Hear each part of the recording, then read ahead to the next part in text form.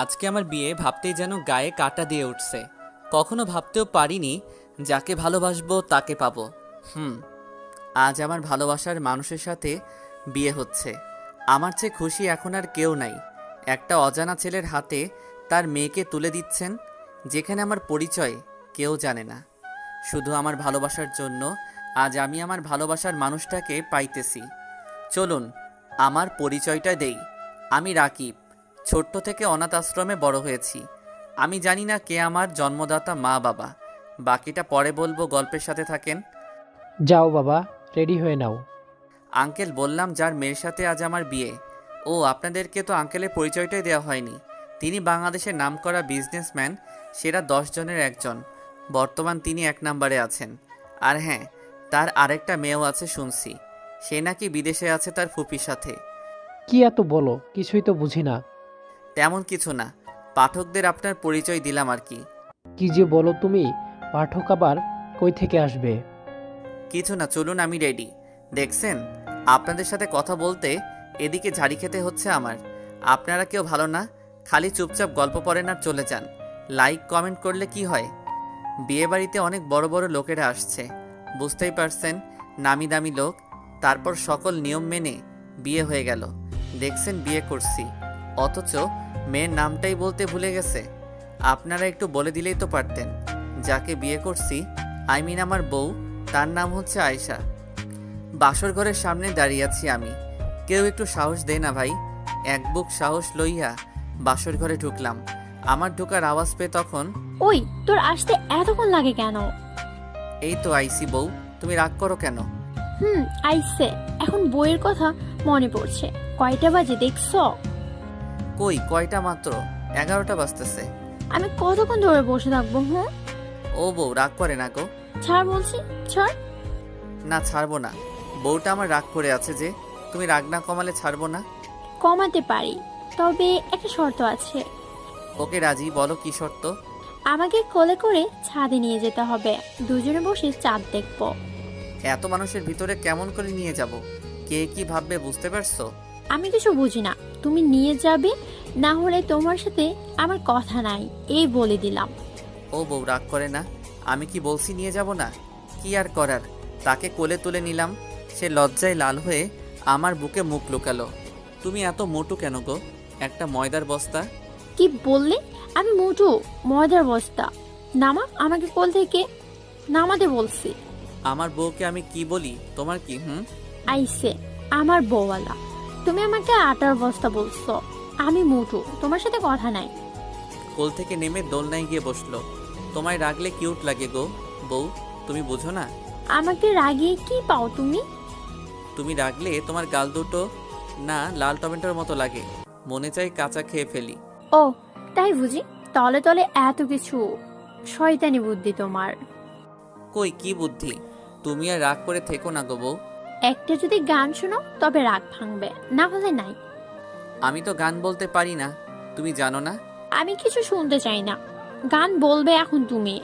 কি আর করব, 10টা না 5টা না একটা মাত্র বউ, তার কি কথা না রেখে পারি? ইমরানের গান গাইলাম, শুনবেন কি কি গান গাইছি? ওকে। বলতে যে মনে হয়, বলতে তবু দেয় না হৃদয়, কতটা তোমায় ভালোবাসি।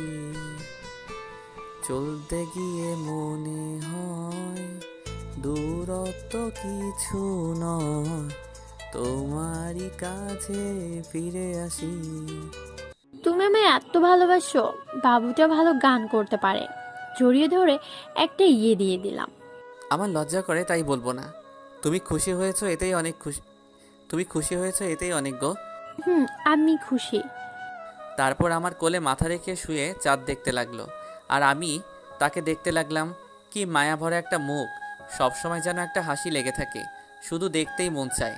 চাঁদের আলোয় আরও যেন নিজের চেহারায় সৌন্দর্য বৃদ্ধি পেয়েছে, পরীর চেয়ে কোনো অংশে কম হবে না।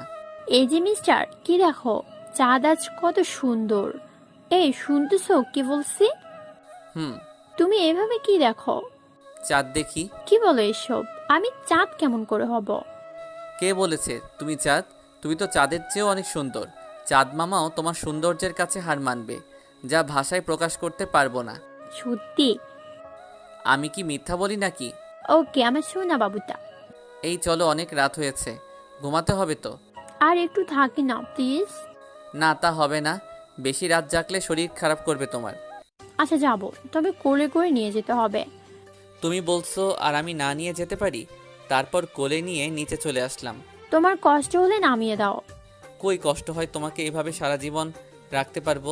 সত্যি রাখবে তো? তুমি যদি চলে যাও আমি কিন্তু মরে যাব সেদিন। কখনো যাব না তোমায় ছেড়ে, এই জীবন থাকতে তো নয়। তারপর রুমে ঢুকলাম। এই যে তোমার মতিগত কিছু ভালো লাগছে না। কি বললা? আমার মতিগতি ভালো না? যাও তুমি। আমার বাবুটা রাগ করে না। দেখো আমি এভাবে বলতে চাইনি। আমি কি কিছু বলছি? যাও তো তুমি। একপাশে শুয়ে পড়লাম। এইদিকে ঘুরো না। আচ্ছা বাবা সরি, আর বলবো না প্লিজ, এদিকে ঘুরো। এমনভাবে বলতেছে, আরেকটু হলে মনে হয় কান্না করে দিবে। আমারও কেমন লাগছে তার কান্না, আমারও সহ্য হয় না। তার দিকে ঘুরলাম। কথা বলো না কেন? বুঝছি রাগ করে আছো, দাঁড়াও তোমার রাগ ভাঙিয়ে দেই। লিপ কিস করে বসলো, কতক্ষণ পরে ছেড়ে দিয়েছে তা আমার অজানা। হাঁপাতে হাঁপাতে, এরকম কেউ করে? যদি মরে যেতাম। আমি থাকতে তুমি মরবে না, যেভাবে করছি আবার সেভাবেই করব। তুমি ঠিক হয়ে যাবে। তোমার সাথে আমি পারবো না, কথা দিয়ে। গুড নাইট, ঘুমিয়ে পড়ো। Okay good night. এই তুমি আমার বুকে কেন মাথা রাখছো? আজ থেকে এখানে প্রতিদিন মাথা রেখে ঘুমাবো। বেশি কথা বলবে না, তোমার এই বুকে শুধু আমি মাথা রাখবো। আচ্ছা, তোমার জায়গায় কেউ নিতে পারবে না কোনোদিন। অতঃপর দুজন দুজনকে জড়িয়ে ধরে ঘুমিয়ে পড়লাম। সকালে সকালে উঠে দেখি আয়শা ভেজা চুলে আয়নার সামনে বসে আছে। মানে কেবল গোসল করে আসলো। দেখতে আরো মায়াবী লাগছে, যেন তাকিয়ে থাকি তার এই মায়াবী রূপের দিকে। কি জনাব, ঘুম ভাঙলো? কিছু না বলে শুধু তার দিকে চেয়ে আছি। এই যে এভাবে কি দেখো? চোখের সামনে এসে তুড়ি বাজিয়ে, তোমায় দেখি গো, তুমি এত মায়াবী কেন? শুধু দেখতে মন চাই। যা শয়তান। হইছে, আর লজ্জা পেতে হবে না। যাও ফ্রেশ হয়ে আসো। তারপর ফ্রেশ হয়ে এসে নিচে গেলাম। আয়শা আগেই নিচে গিয়েছে নাস্তা রেডি করতে। শুভ সকাল আঙ্কেল। শুভ সকাল। তা বাবা, এখনো কি আঙ্কেল বলবা, বাবা বলে ডাকবা না? ঠিক আছে আঙ্কেল, সরি আব্বু বলে রাখবো। আব্বু বলে ডাকবে আজ থেকে। তারপর নাস্তা করতে বসলাম তখন। আব্বু, জান্নাত কখন আসবে? ও, বলতে ভুলে গেছি, ওরা কিছুক্ষণ পরে আসবে। বাবা, তুমি যদি ওদের পিক আপ করে আনো তাহলে ভালো হয়। আমি কাজের জন্য বাইরে যাব, আসতে দেরি হবে আমার। ঠিক আছে আব্বু, ওদের চিনব কি করে আমি? আগে খাও তো, জান্নাতের ছবি আছে আমার কাছে, পরে দেখে নেবে। তারপর নাস্তা করলাম। আঙ্কেল কাজের জন্য বাহিরে গেছে।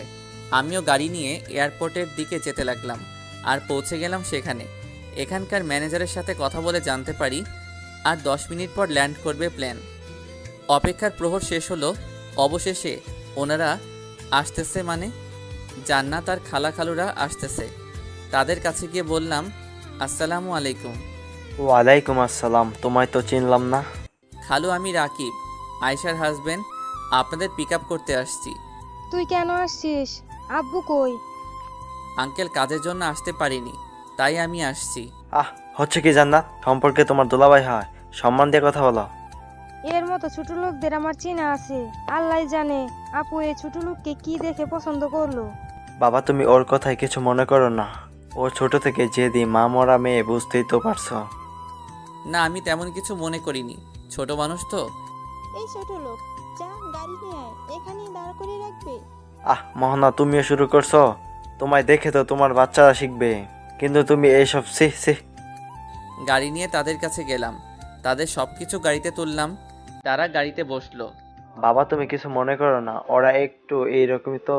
না না, কিছু মনে করিনি। এদের কথা শুনে মনে হলো এই লোকটা বাদে এরা দুইজন জেদি আর অহংকারী। আর জান্নাত জানলো কি করে আমি যে ছোট লোক? তাহলে ফ্ল্যাশব্যাকে শুনুন। আমি একটা অনাথ আশ্রম থেকে বড় হই। তো একদিন বিকেলে হাঁটতে বের হইছি, তখন একটা ছেলে জান্নাতের ব্যাগ চুরি করে। আমি ঠিক সেই দিক দিয়ে যাইতেছিলাম, আর ছেলেটা আমার কাছে এসে ধরা খায়। আমি তার কাছ থেকে ব্যাগ উদ্ধার করে জান্নাতকে দিতে যাব, তখন এই নিন আপা আপনার ব্যাগ। ছি ছি ছি, গায়ে কি গন্ধ, যেন দম বন্ধ হয়ে আসছে।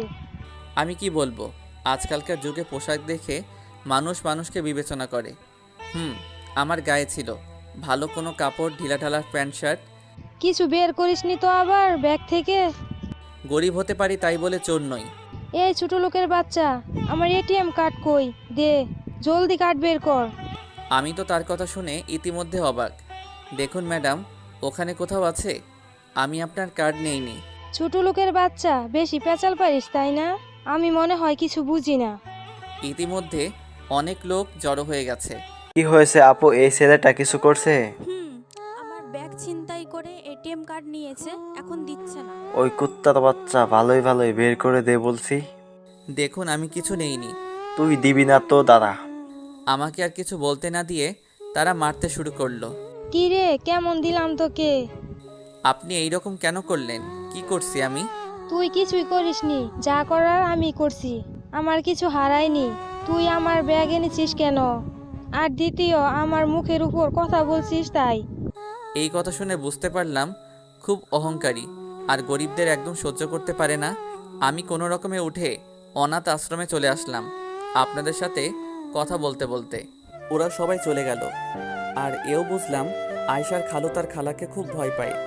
আমি গাড়ির ডিকি খুলে তাদের লাগেজগুলো নিয়ে গেলাম। দূর থেকে কেউ একজন ঠিকই দেখছে। তাদের রুমে লাগেজগুলো দিয়ে আসবো তখন দেখছো খালা, এই ছোট লোকে এই কাজে কেমন মানিয়েছে? রে, ঠিকই বলেছিস, ভালোই হবে। একে তোর বাড়ির কাজের লোক বানিয়ে রাখবি, বেকার এত কাজের লোক রাখার কি দরকার। তাদের কথা শুনে মনটা খুব খারাপ হয়ে গেল। আজ গরিব বলে এত কথা শুনতে হবে, আর দূর থেকে ঠিকই একজন সবকিছু দেখছে আর শুনছে। আমি আমার রুমে আসলাম। আমার রুমে মানে আয়শার রুমে। এই, তোমাকে জান্নাত আর খালা এত কথা বলে তুমি কেন কিছু বললে না? তারা তো ঠিকই বলছে, গরিবদের রাজভোগ খাওয়ার অধিকার নেই। তাদের হয়ে আমি সরি বলছি, তুমি মন খারাপ করে থেকো না। কই মন খারাপ করলাম, ঠিকই তো আছি। আমি জানি বলতে হবে না কখন তোমার কেমন লাগে। এরপর থেকে যদি তারা কিছু বলে ছেড়ে দেবে না, ভুলে যাবে না তুমি এই বাড়ির বড় জামাই। গো বউ। আচ্ছা চলো কিছু খেয়ে আসি। আচ্ছা চলো, আমারও খুব ক্ষুধা লাগছে, তাই আর না করলাম না। খাওয়ার সময় আমি যখন চেয়ারে বসতে যাব তখন এই ছোট লোকের বাচ্চা, তোর সাহস কি করে হয় এখানে বসে খাওয়া, তাও আবার আমাদের সাথে? যা নিচে গিয়ে খা। জান্নাত, ভালোভাবে কথা বল, তোর বড় সম্মান দে। আমি উঠে আসতে যাব তখন আয়শা হাত ধরে আবার বসিয়ে দিল। কি রে, ক্ষমা চা তাড়াতাড়ি। আমি চাইবে ছোট লোকের কাছে ক্ষমা? তুই ভাবলি কি করে আপু? আয়শা ছাড়ো তো এসব, আমি গেলাম, আমার খিদে নেই, তুমি খেয়ে নাও। রুমে চলে আসলাম। তুই কি দেখে এই ছোট লোকটাকে বিয়ে করলি? Just shut up. বলে যাব তুই আমার বোন, যদি রাকিবের সম্পর্কে আর একটা বাজে কথা বলিস। তারপর কিছু খাবার নিয়ে রুমে আসলো। আমি আনমনে ভাবছি এখানেও মনে হয় শান্তি পাবো না। কি দোষ করেছি আমি? ছোট থেকে শুধু ছোট লোক ছোট লোক, আমরা কি মানুষ না? জবাব দাও খোদা, জবাব চাই তোমার কাছে। পিছন থেকে যে কেউ ডাকছে, আমার তা খেয়াল নেই। এই, কোথায় চলে গেলে? কিছু কি বললে? তোমায় কখন থেকে রাখছি, মন খারাপ করে থেকো না প্লিজ। কে বললো আমি মন খারাপ করে আছি? আমি জানি তো তুমি মচকাবে, তবুও ভাঙবে না। কি বললে তুমি? ঠিকই তো, আর মন খারাপ করে থাকতে হবে না, এই খেয়ে নাও। না, আমার খিদে নেই, তুমি খেয়ে নাও। তুমি না খেলে আমিও খাবো না। আমার খেতে ইচ্ছে করছে না, তুমি খেয়ে নাও। তা বললে হবে না, খেতে হবে তোমার। জোর করে খাইয়ে দিল। বউয়ের হাতে খাওয়ার মজাই আলাদা। বিয়ে করে জেনে নিয়েন, আমি আর আয়শা একে অপরকে খাইয়ে দিচ্ছি, আর দূর থেকে একজন রাগে ফুঁসতেছে। ছোট লোককে আবার আধিক্যতা দেখানো হচ্ছে। তোদেরকে কখনো একসাথে থাকতে দিব না। এই ছোট লোকের বাচ্চাকে দেখলে তো আমার কাশি উড়ে ওঠে। পরের দিন সকালে আমি নাস্তা করে উপরের সিঁড়ি দিয়ে উঠছি। এই যে রাকিব ভাইয়া, বলো। আমার রুমে একটু আসবে, দরকার ছিল। কি বলো আগে, তারপর? আসলে সেই দিনের ব্যবহারের জন্য সরি। কি ব্যাপার, আজ সূর্য কোন দিক থেকে উঠলো? মনে মনে ভাবছি। বললাম তো সরি, ক্ষমা করে দাও না। কান্না করো না তো, তুমি তোমার ভুল বুঝতে পারছো, এটাই অনেক। আমি চলে আসতে যাব তখন আবার ডাক দিল। তুমি কি ফ্রি আছো? তেমন তো কোনো কাজ নেই। তাহলে আমার রুমে আসো, বসে গল্প করি। না থাক, আমার গল্প করা লাগবে না। ও বুঝেছি, আমায় ক্ষমা করো নাই। ক্ষমা করলে আর ফিরিয়ে দিতে পারতে না। মারো মুঝে, ইমোশনাল ব্ল্যাকমেল মেয়েরা একটু ভালোই পারে। আচ্ছা চলো। তুমি এখানে বসো, আমি কফি বানিয়ে আনছি। উঠে গিয়ে দরজা আটকে দিল। এই কি করছো তুমি? তুই কি করে ভাবলি আমি তোর মতো ছোট লোকের কাছে ক্ষমা চাইবো? মানে কি করতে চাইতেছো তুমি? তুমি এইরকম করছো কেন? হেল্প হেল্প, কেউ আছো? আমায় বাঁচাও প্লিজ। খালা খালু বাড়িতে ছিল। তারা আওয়াজ অনুসরণ করে দেখে জান্নাতের ঘর থেকে আসতেছে। মা তোর কি হয়েছে, দরজা খোল। জান্নাত গিয়ে দরজা খুলে দিল। খালার খালু জান্নাতের এই অবস্থা দেখে অবাক। সাথে আবার আমাকে এই রুমে তখন আঙ্কেল আর আয়েশা আসলো। এসে জান্নাতের এইরকম অবস্থা দেখে বলল, এই তোর এরকম অবস্থা কেন? আপু আমাকে বাঁচাও এই নরঘাতকের হাত থেকে। রাকিব তোর এই অবস্থা করেছে? মানে কি বলতে চাইতেছিস? আপু বিশ্বাস কর তুই, আমি রুমে একা বসে গান শুনতেছি, রাকিব ভাই এসে রুমে দরজা বন্ধ করে আমি জান্নাতের কথা শুনে বাক প্রতিবন্ধী হয়ে গেলাম। সব কিছু এত তাড়াতাড়ি হচ্ছে যা আমার বলার বাহিরে। একটা মেয়ে কতই না অভিনয় করতে পারে। আয়েশা আমার কাছে এসে, জান্নাত যা বললো তা কি সব সত্যি? বিশ্বাস করো আমি ওইসব কিছু করিনি। আয়শা, এ ছেলে মিথ্যা বলছে। আমি নিজে ধাক্কা দেওয়ার আওয়াজ শুনলাম। এসব মিথ্যা, আমি কিছু করিনি। আয়েশা তো আমায় বলতে না দিয়ে, কত আর মিথ্যে বলবি তুই? এতই তোর দেহের প্রতি লোভ, আমায় বলতে পারতি। আমি কি করব ভেবে পাচ্ছি না। আমার কথা কেউ বিশ্বাস করছে না। ছি ছি, তোমায় ভালো ছেলে ভেবেছিলাম, আর তুমি এরকম একটা লম্পট ছেলে। আয়েশা বিশ্বাস করো আমি এসব কিছু করিনি। তোর মতো ছেলে আমার হাত কোন সাহসে ধরেছিস? আর কি বললি? তুই কিছু করিসনি? তুই জান্নাতকে দর্শন করতে চাসনি? নিজের চোখে দেখেও কি করে বিশ্বাস করব তোকে, বল? আপু এত কথা না বলে পুলিশকে ধরিয়ে দে। ছি বাবা, তোমার কিছু না থাকার সত্ত্বেও শুধু মেয়েটার মুখের দিকে চেয়ে তোমার হাতে তুলে দিলাম, আর তুমি আমার পায়ে কুড়াল মারলে। আমি নিশ্চুপ হয়ে শুনে যাচ্ছি। কি বা বলবো? যার জন্য এই বাড়িতে আছি সেও তো ভুল বুঝলো, আমায় ধর্ষক বানিয়ে দিল। পুলিশ আসলো। আসসালামু আলাইকুম স্যার। ওয়ালাইকুম আসসালাম। এই ছেলেকে ধরে নিয়ে যাও। বিশ্বাস করো আয়েশা, আমি এসব করিনি। আমার কথা একবার বিশ্বাস করো। এই তোর কি শুনবো? আর যেন কোনোদিন না দেখি তোর এই মুখ। যদি সামনে আসিস সেদিন আমার মরা মুখ দেখবি, আর আমি তোকে খুব তাড়াতাড়ি ডিভোর্স পেপার পাঠিয়ে দেব। একটা কথা, আজ আমি অপরাধ না করে যে অপবাদ পেয়েছি তা কখনো ভুলবো না। আর যেদিন তোমার ভুল বুঝতে পারবে সেদিন হাজারো খুঁজলেও আর খুঁজে পাবে না আমাকে। তুমি ডিভোর্স চাইতেছো না? খুব তাড়াতাড়ি দিয়ে দিব। কান্না করে বললাম। নিয়ে যান আর উপযুক্ত শাস্তি দিবেন। চিন্তা করবেন না ম্যাডাম। আমায় নিজে জিপে তুললো। শেষবারের মতো দেখে নিলাম। আয়েশা অনেক কান্না করছে। জিপ থেকে নেমে লকআপে ঢুকালো। তোর তো দেখি খুব সাহস, বড়ও খাবি আবার ছোটও খাবি। বাবা বাবা, বিশ্বাস করুন স্যার, আমি এসব করিনি। কি বলতে চাচ্ছিস তুই? তুই দর্শন করতে চেষ্টা করিসনি? না না না, আমি ধর্ষক নই। আমাকে আর বলতে না দিয়ে মারতে লাগলো। খুব সাহস তোর না, ছোট লোকের বাচ্চা। বড় লোকের মেয়ের দিকে চোখ তুলে তাকাস। আজ তো রেপ করা বের করছি। আমায় শুধু মারতেছে আর চিৎকার করছি আর নীরবে চোখের জল ফেলছি। আমি ধর্ষক নই বলেই মায়ের চোটে আমি জ্ঞান হারিয়েছি। যখন জ্ঞান ফিরল, কিরে, তোর জ্ঞান ফিরেছে? পানি, একটু পানি হবে? কুত্তার বাচ্চা, তোর কোন পানি নেই? তুই আগে স্বীকার কর তুই দর্শন করতে চাইছিস। না না না, আমায় আবার মারা শুরু করলো। আবার জ্ঞান হারালাম। কাল রাত থেকে মারতেছে। মনে হচ্ছে এখনই রুহু বের হয়ে আসবে। সন্ধ্যায় জ্ঞান ফিরল। পুলিশ অফিসাররা বলা বলি করছে। স্যার, ছেলেটা মনে হয় নিরপরাধ। আচ্ছা, ওকে যা ছেড়ে দে। একজন অফিসার এসে আমায় থানার বাইরে ছেড়ে দিল। অন্ধকার নেমেছে। কিছুটা বুঝতেছি না কোন দিকে যাব। খুব পানির পিপাসা পেয়েছে। সামনে রাস্তার উপরে একটা নলকূপ দেখতে পেলাম। যখন রাস্তা পার হব তখন হঠাৎ একটা গাড়ি এসে আমায় ধাক্কা দেয়। চোখ বুজে যায় আমার, আর কিছু মনে নেই। আমি অজ্ঞান হয়ে যাই। যখন জ্ঞান ফিরল তখন নিজেকে চার দেওয়ালের মাঝখানে নিজেকে আবির্ভূত করি। বোঝার চেষ্টা করতেছি এখন আমি কোথায় আছি। তখন কারো একটা কথা বেঁচে উঠল, তুই ধর্ষক, তোর বেঁচে থাকার কোনো অধিকার নেই, দূর হয়ে যা আমার সামনে থেকে। না না, আমি ধর্ষক নই। জোরে চিৎকার করে আবার জ্ঞান হারালাম। যখন আবার জ্ঞান ফিরল তখন একই কথা শুনতে পাই, আমি ধর্ষক। কান চেপে ধরে, না আমি ধর্ষক নই, চুপ করো। বাবা, তুমি শান্ত হও। বাবা, তোমার নাম কি, আর কেনই বা তুমি রাস্তায় এভাবে ঘুরে বেড়াচ্ছ? জি, আমার নাম রাকিব। তোমার বাসা কোথায়, আর তোমার পরিবারে কে কে আছে? আসলে আমার পরিবার বলতে কেউ নাই। আমি ছোট থেকে অনাথ আশ্রমে বড় হয়েছি। ও, তোমার কি হয়েছে যে বারবার ধর্ষণ ধর্ষণ বলতেছ? আর তোমার সারা গায়ে কিসের এত দাগ? আবার ধর্ষক কথা শুনে জ্ঞান হারাই। ডাক্তার, ডাক্তার, কি হয়েছে এনার? একটু দেখেন তো। তেমন কিছু না, অনি মনে হয় মানসিক ভারসাম্য হারিয়েছে, যার জন্য বারবার জ্ঞান হারাচ্ছে। ঘুম পাড়লে সব ঠিক হয়ে যাবে। কখন যেন জ্ঞান ফিরছে, চারিদিকে শুধু অন্ধকার। মানে রাত হইছে, কয়টা বাজে তা আমার অজানা। তার কিছুক্ষণ পরেই ভোরের আলো ফুটতে লাগলো, মানে সকাল হবে। আমাকে নড়ে উঠতে দেখে সেই ভদ্রলোক জেগে উঠল। বাবা, তোমার জ্ঞান কখন ফিরেছে? এই তো আঙ্কেল, কিছুক্ষণ আগে। এখন কেমন লাগছে তোমার? আগের চেয়ে ভালো। আচ্ছা, তুমি ফ্রেশ হয়ে নাও, আমি নাস্তা আনতেছি। আঙ্কেল চলে গেল। সত্যি এনার মতো মানুষ হয় না।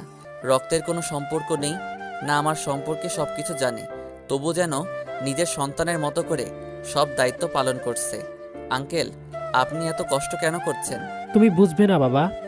আচ্ছা আঙ্কেল, আমি এখানে কতদিন ধরে আছি? 1 সপ্তাহ পর তোমার জ্ঞান ফিরেছে। কি এতদিন? তাও আমার জন্য কষ্ট করছেন? তোমার জন্য না বাবা। আমার জন্য না মানে? তাহলে আপনি এত কিছু করলেন কেন? তোমায় দেখে কেমন জানি আমার একটা অদ্ভুত অনুভূতি হতে লাগলো। কেউ যেন বলছে, আব্বু আমায় বাঁচাও। আর যে এই কথাটা বলছে সে আর কেউ না, আমার ছোট ছেলে হাসান। আপনার ছেলে এই কথা বলছে? কই সে? না মানে, সে অনেক আগে হারিয়ে গেছে। সরি আঙ্কেল, আমি জানতাম না। আচ্ছা, তুমি খেয়ে নাও। আমি নাস্তা করে নিলাম, আঙ্কেলও করলো। আচ্ছা বাবা, এরপর তুমি কোথায় যাবা?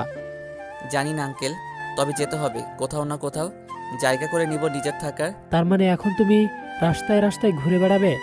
আর তুমি যদি চাও আমার সাথে যেতে পারো আমার বাসায়। না, আপনি আমার জন্য অনেক করছেন, আর কষ্ট দিতে চাই না। ধুর বোকা, মনে করো আমি আমার ছেলের জন্য করছি। তুমি কি হতে পারো না আমার ছেলে? এটা কি বলছেন?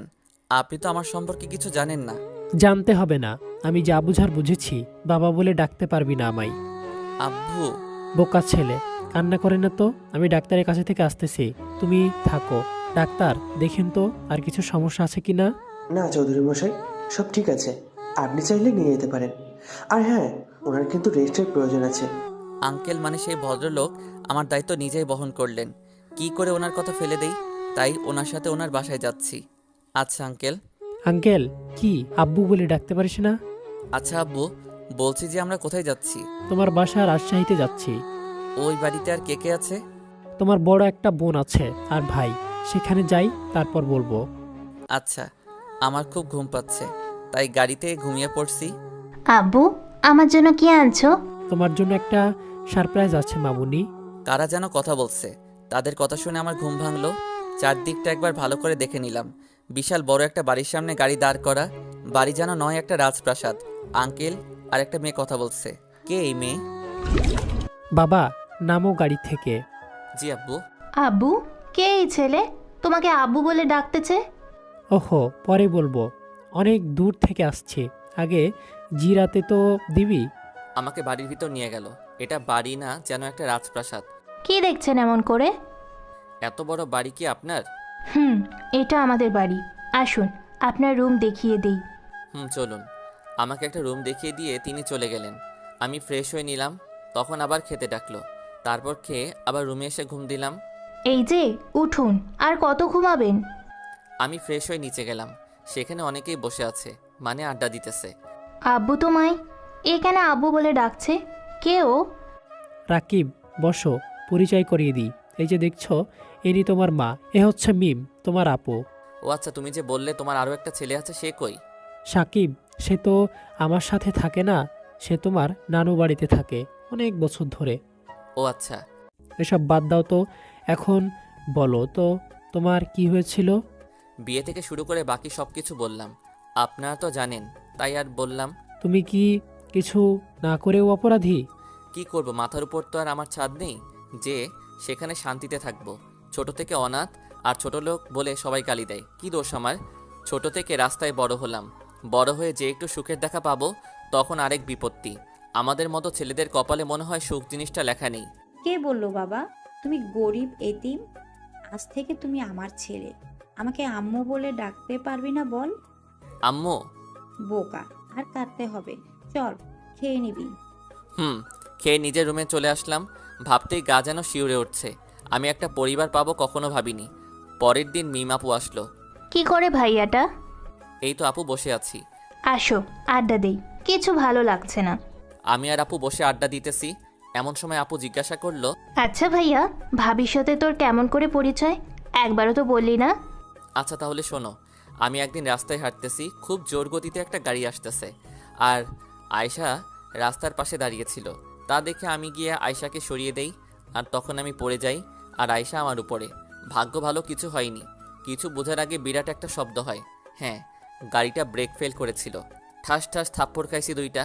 এই ছোট লোকের বাচ্চা, তোর সাহস কি করে হয় আমাকে ধাক্কা দেওয়ার? আসলে আমি সরি, ইচ্ছা করে দেইনি। তোদের মতো ছেলেদের জানা আছে, মেয়ে দেখলেই শুধু ভাব দেখাতে আসিস। রাগ দেখিয়ে চলে গেল। এই জন্য কারো উপকার করতে নেই, অপকার পেয়ে উপকারের পায়ে লাথি মারে।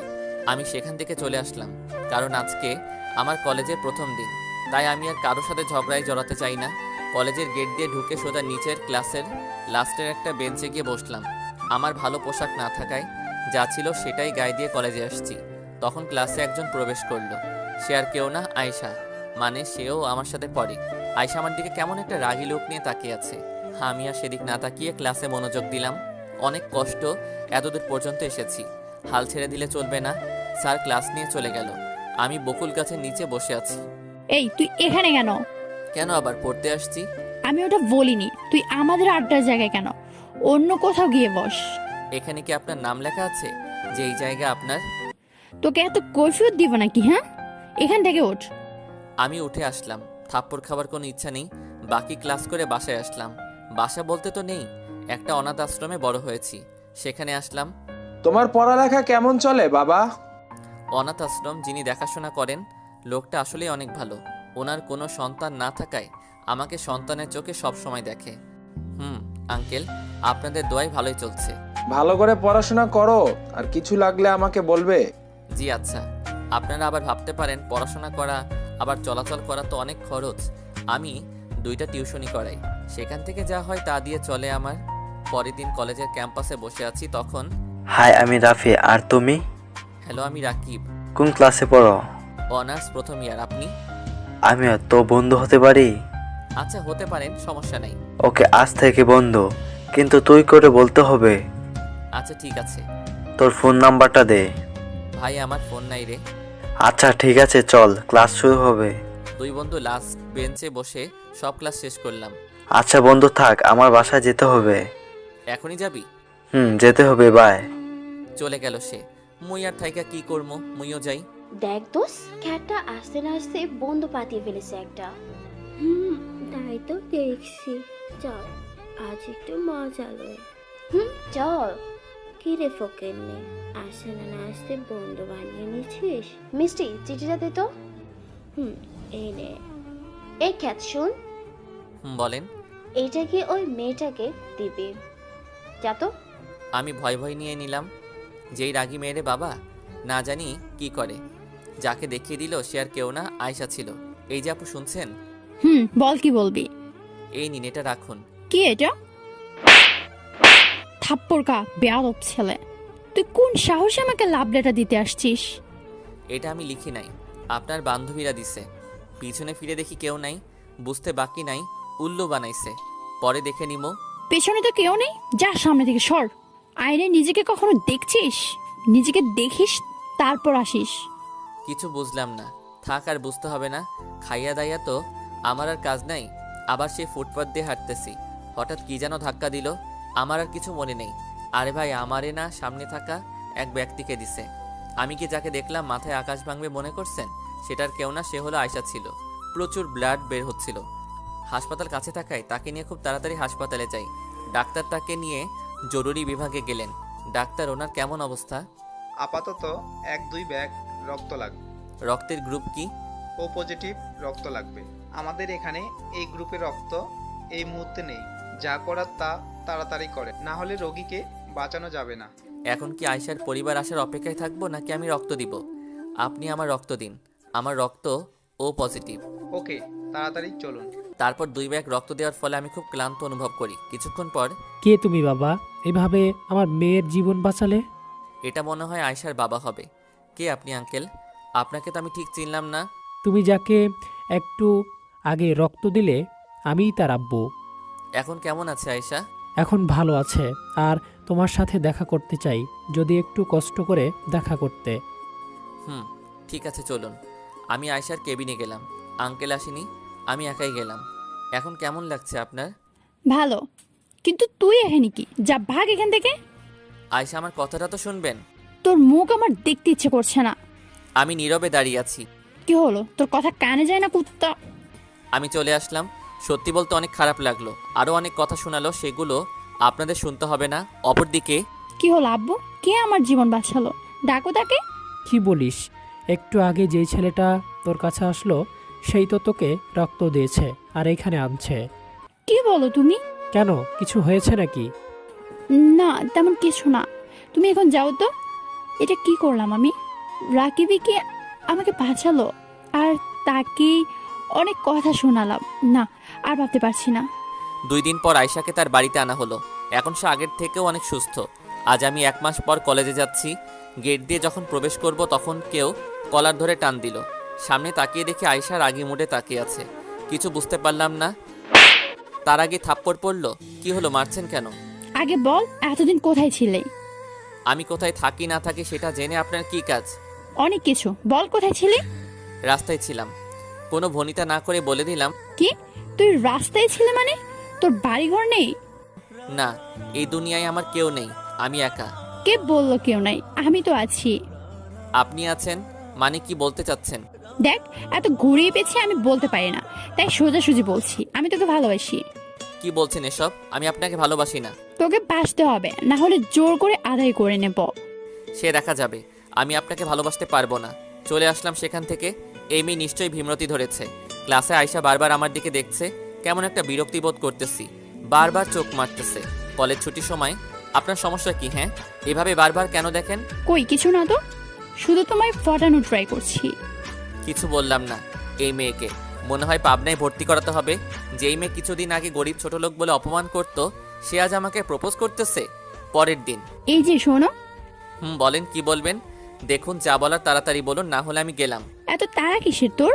আচ্ছা, আই লাভ ইউ। আপনার হয়েছে বলা, এবার আমি যাই। প্রতিদিন এইভাবে আমার পিছনে পড়ে থেকে কি চাইও? না, আজ সব শেষ করতে হবে। তোমার কি সমস্যা? হ্যাঁ, সব সময় কি সব আজে বাজে কথা বলো? কোনো সমস্যা নাই, আমার তোমাকে চাই। আমার মতো খ্যাত ছোট লোকের জন্য নিজের জীবন ধ্বংস করবেন না। যান, অন্য ছেলে খুঁজুন। আমার শুধু তোমাকে চাই। দেখো, আমি এতিম, জানি না কে আমার মা বাবা। তোমাকে খাওয়ানোর মতো সামর্থ্য আমার কাছে নেই।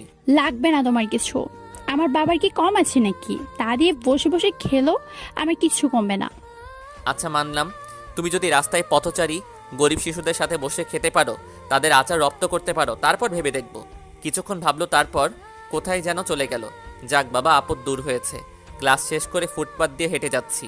তখন একজনকে দেখলাম আয়শা রাস্তায় শিশুদের সাথে বসে খাবার খাচ্ছে। আর খাওয়া দেখে আমার হাসি পেল। সেখান থেকে চলে আসলাম। না, যেমনটা ভেবেছিলাম তেমনটা নয়। আমি কিন্তু প্রথম দেখেই প্রেমে পড়ে গিয়েছি। গরিব বলে তা প্রকাশ করতে পারিনি। না, কালকেই প্রপোজ করব। পরের দিন। আয়শা, একটু শুনবে? বলেন, কি বলবেন? এদিকে একটু আসো তো। কলেজের পিছনে একটা পুকুর পাড় আছে, সেখানে নিয়ে গেলাম। বলেন, কি বলবেন? হাঁটু গেড়ে বসে বললাম, জানি না তুমি কি মনে করবে, তবে সত্যি এটাই যে তোমায় যেদিন প্রথম দেখেছি সেদিন তোমায় আমার ভালো লাগে। আমি কোনো কবি বা সাহিত্যিক নই যে গুছিয়ে বলবো, তবে বলতে পারি তুমি কি হবে আমার সারা জীবনে পথ চলার সাথী। হবে কি আমার 99টা বাবুর আম্মু। একগুচ্ছ গোলাপ ফুল দিয়ে প্রপোজ করলাম, ঠাস করে চড় মারলো। আমি তোকে ভালোবাসি না। আমি চলে আসবো সেখান থেকে। তখন হাত টেনে ধরলো। কই যাবি চলে? যেখানে ভালোবাসা নেই সেখানে থেকে কি করব? আমাকে তোর সাথে নিয়ে যাবি না? তুমি গিয়ে কি করবে? তুমি তো আমাকে ভালোবাসো না। কে বললো বাসি না? আমি হব তোর পথ চলার সঙ্গী, হব তোর 99টা বাবুর আম্মু। আমাকে তোর বুকে ঘুমাতে দিস, জড়িয়ে ধরে বললাম। তুমি শুধু থাকবে এই বুকে, আর কেউ না। ছাড় আমায়। কেন? আমি এখন ছাড়ছি না। এতদিন আমাকে কষ্ট কেন দিয়েছিস আগে বল। এমনি। তবে রে, শুরু হলো আমাদের প্রেম কাহিনী। রাগ, অভিমান আর ভালোবাসা দিয়ে 4টি বছর কেটে অতঃপর তার আব্বুর মাধ্যমে বিয়েটা সম্পূর্ণ হলো। বিয়ের পরের কাহিনী তো আপনারা জানেন, তাই আর কিছু বললাম না। যারা জানেন না তারা প্রথম পর্ব পড়ে নিয়েন। কথাগুলো মনে পড়তেই কখন যেন চোখের কোণায় পানি জমেছে, খেয়াল নেই আমার। ভাই, তুই কাঁদছিস কেন? এমনি আপু। ও বলবি না তো? আমি তো সত্যি আপু হলে ঠিকই বলতি। কি বলো আপু, তুমি তো আমার সুইট কিউট আপু। আমি কারোর আপু না। আপু হলে সে তো বলতো কেন তার মন খারাপ। তেমন কিছু না আপু, আয়শার কথা মনে পড়ছে খুব। সে কেমন করে পারলো ধর্ষক বলতে? মন খারাপ করিস না, সব ঠিক হয়ে যাবে। তাই যেন হয়। পিছন থেকে কেউ আমাদের কথাগুলো শুনছে, তা না জানা আমি। আম্মু তুমি কখন এলে? তোদের খাইতে ডাকলাম আর এসেই এসব শুনলাম, তাই আর ডাকিনি। কি বলো, তুমি সব শুনেছো? আরে বোকা, তুই না বললেও কি আমি শুনবো না? যাই হোক, ফ্রেশ হয়ে খেয়ে নে। আচ্ছা আপু, বাড়িতে এত ছোট বাচ্চার ছবি কেন? এসব আমার ছোট ভাইয়ের ছবি। কি হয়েছিল তার? আব্বু যে বলল সে নাকি হারিয়ে গেছে। অনেক কাহিনী। আমাদের পরিবারটা ছিল অনেক হাসি খুশি। যখন জানতে পারি আমাদের আরও একটা ছোট ভাই হবে, তখন আমি আর সাকিব ভাইয়া সবচেয়ে বেশি খুশি হয়েছিলাম। তখন সাকিব ভাইয়ের বয়স 7 বছর আর আমার 5 বছর।